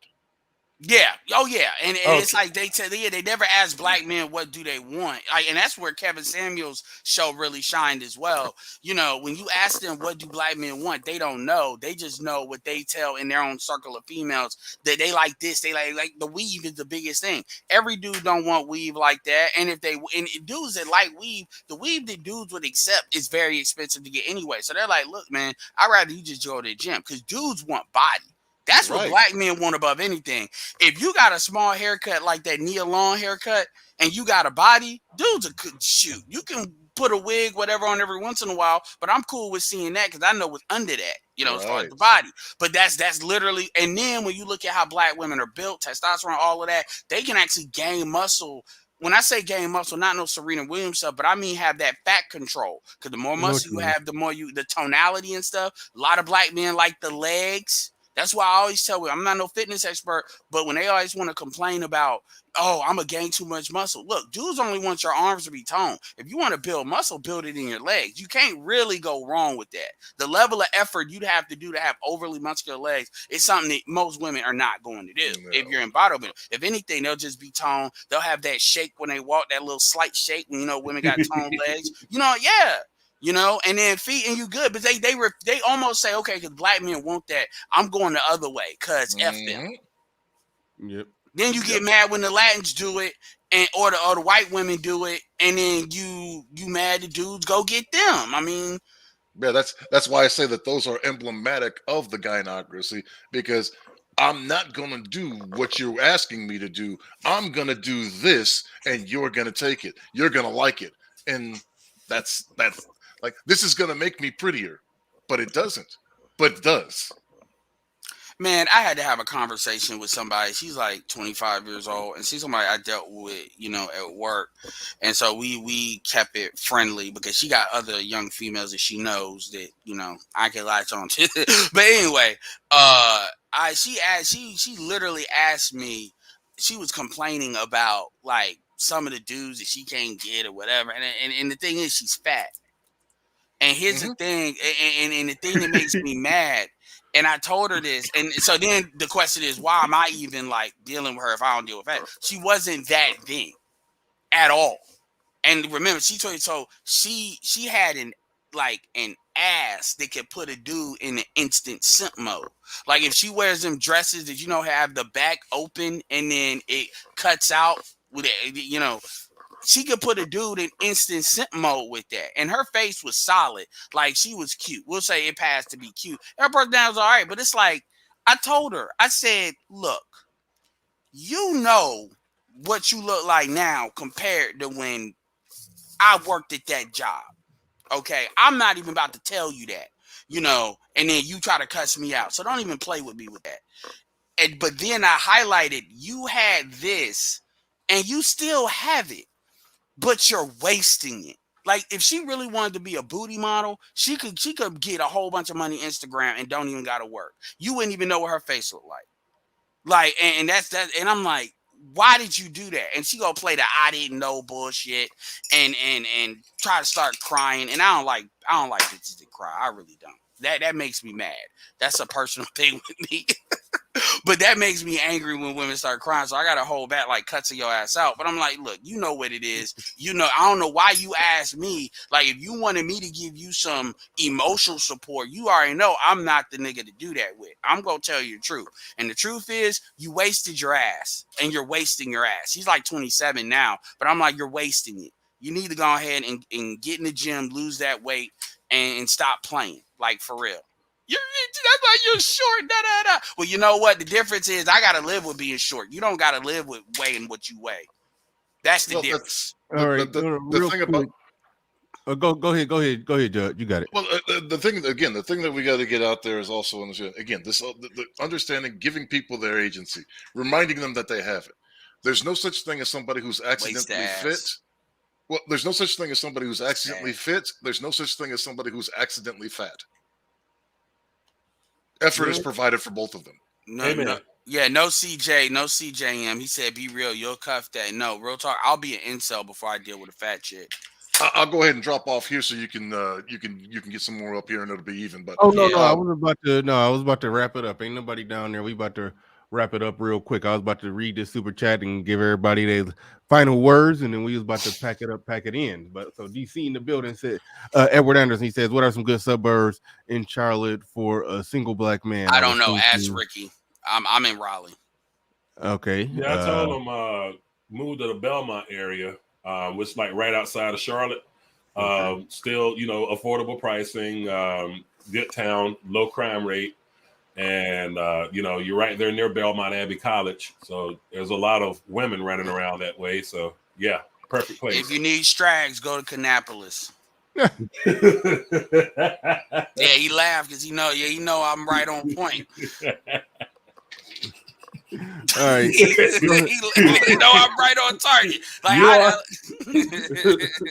if you're strag sexual, that's but go ahead. No, but go ahead. Let's go ahead and wrap it up. Let's make it quick. Right. Ed, your last words. My last words is appreciate the conversation. It's a very unique conversation with pulling up the 90s material. The people that how black people are with burying stuff. Obviously y'all put my link in the description. Y'all know what it is. I am doing more uploads. So check out the Antonio Brown thing amongst other things. So check out my uploads and Ricky, I'm gonna email you to talk about something because I'm curious about this marriage vetting thing. That's something I've always talked about, but obviously you're married, so you are an authority on it. So anyway, that's me. Appreciate it. All right. Thank you. Ricky Manor, what's your final words? Final words. What you got? Basically, when you're out here looking for whatever it is you're looking for, Just make sure that you understand one thing, and don't let the woman confuse you with what she's looking for, because you only want one thing as well. You want to be able to bust a nut and have less of a headache afterwards. If she can't offer you that, keep it moving. Right on. Good stuff. All right, thanks, Ricky Manor. I think I saw Gail dropping his link in the chat. Yeah, make sure y'all go check out Ricky Manor. Thank you for coming on up. And good info. Good info on your vet game and vetting out your women. That was some good stuff. You said some unique things. I haven't heard nobody word some of that stuff exactly the way you worded it. So yeah, no, definitely kudos to you for that. But all right, thanks. Peace. All right, Judge, you got it. All right, I got final words. All right. I think the best line I think I gave, I guess for this was again, when you see that line, "Where have all the good men gone? Where are all the good black men at?" Automatically translate that into your mind to reverse the question to say, "Why are we screwing all these ain't shit people, all these ain't shit men versus the good men, because the good men never went anywhere." Again, with those statistics, even that were posted there, with whatever statistics that are posted now, Bernard Riley said it, more men are in college than in prison. More men are going out to be gainfully employed. More black men are in college than in prison. They're being gainfully employed. They're out there. They've never went anywhere. Why aren't they being chosen? Isn't their fault. And looking more into that hybristophilia. So automatically that should translate into, why are we screwing these ain't shit people? Right on.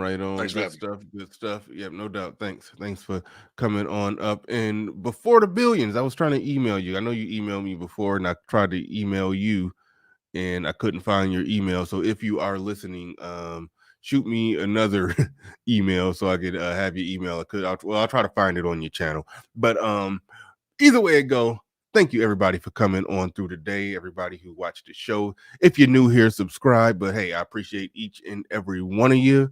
Whether you like, shared, subscribe, super chatted, cash app, did whatever you did to support the stream in any way, shape, or form, even if you just watched with indifference, I appreciate you. And with that said, we are out of here. Peace. We gone.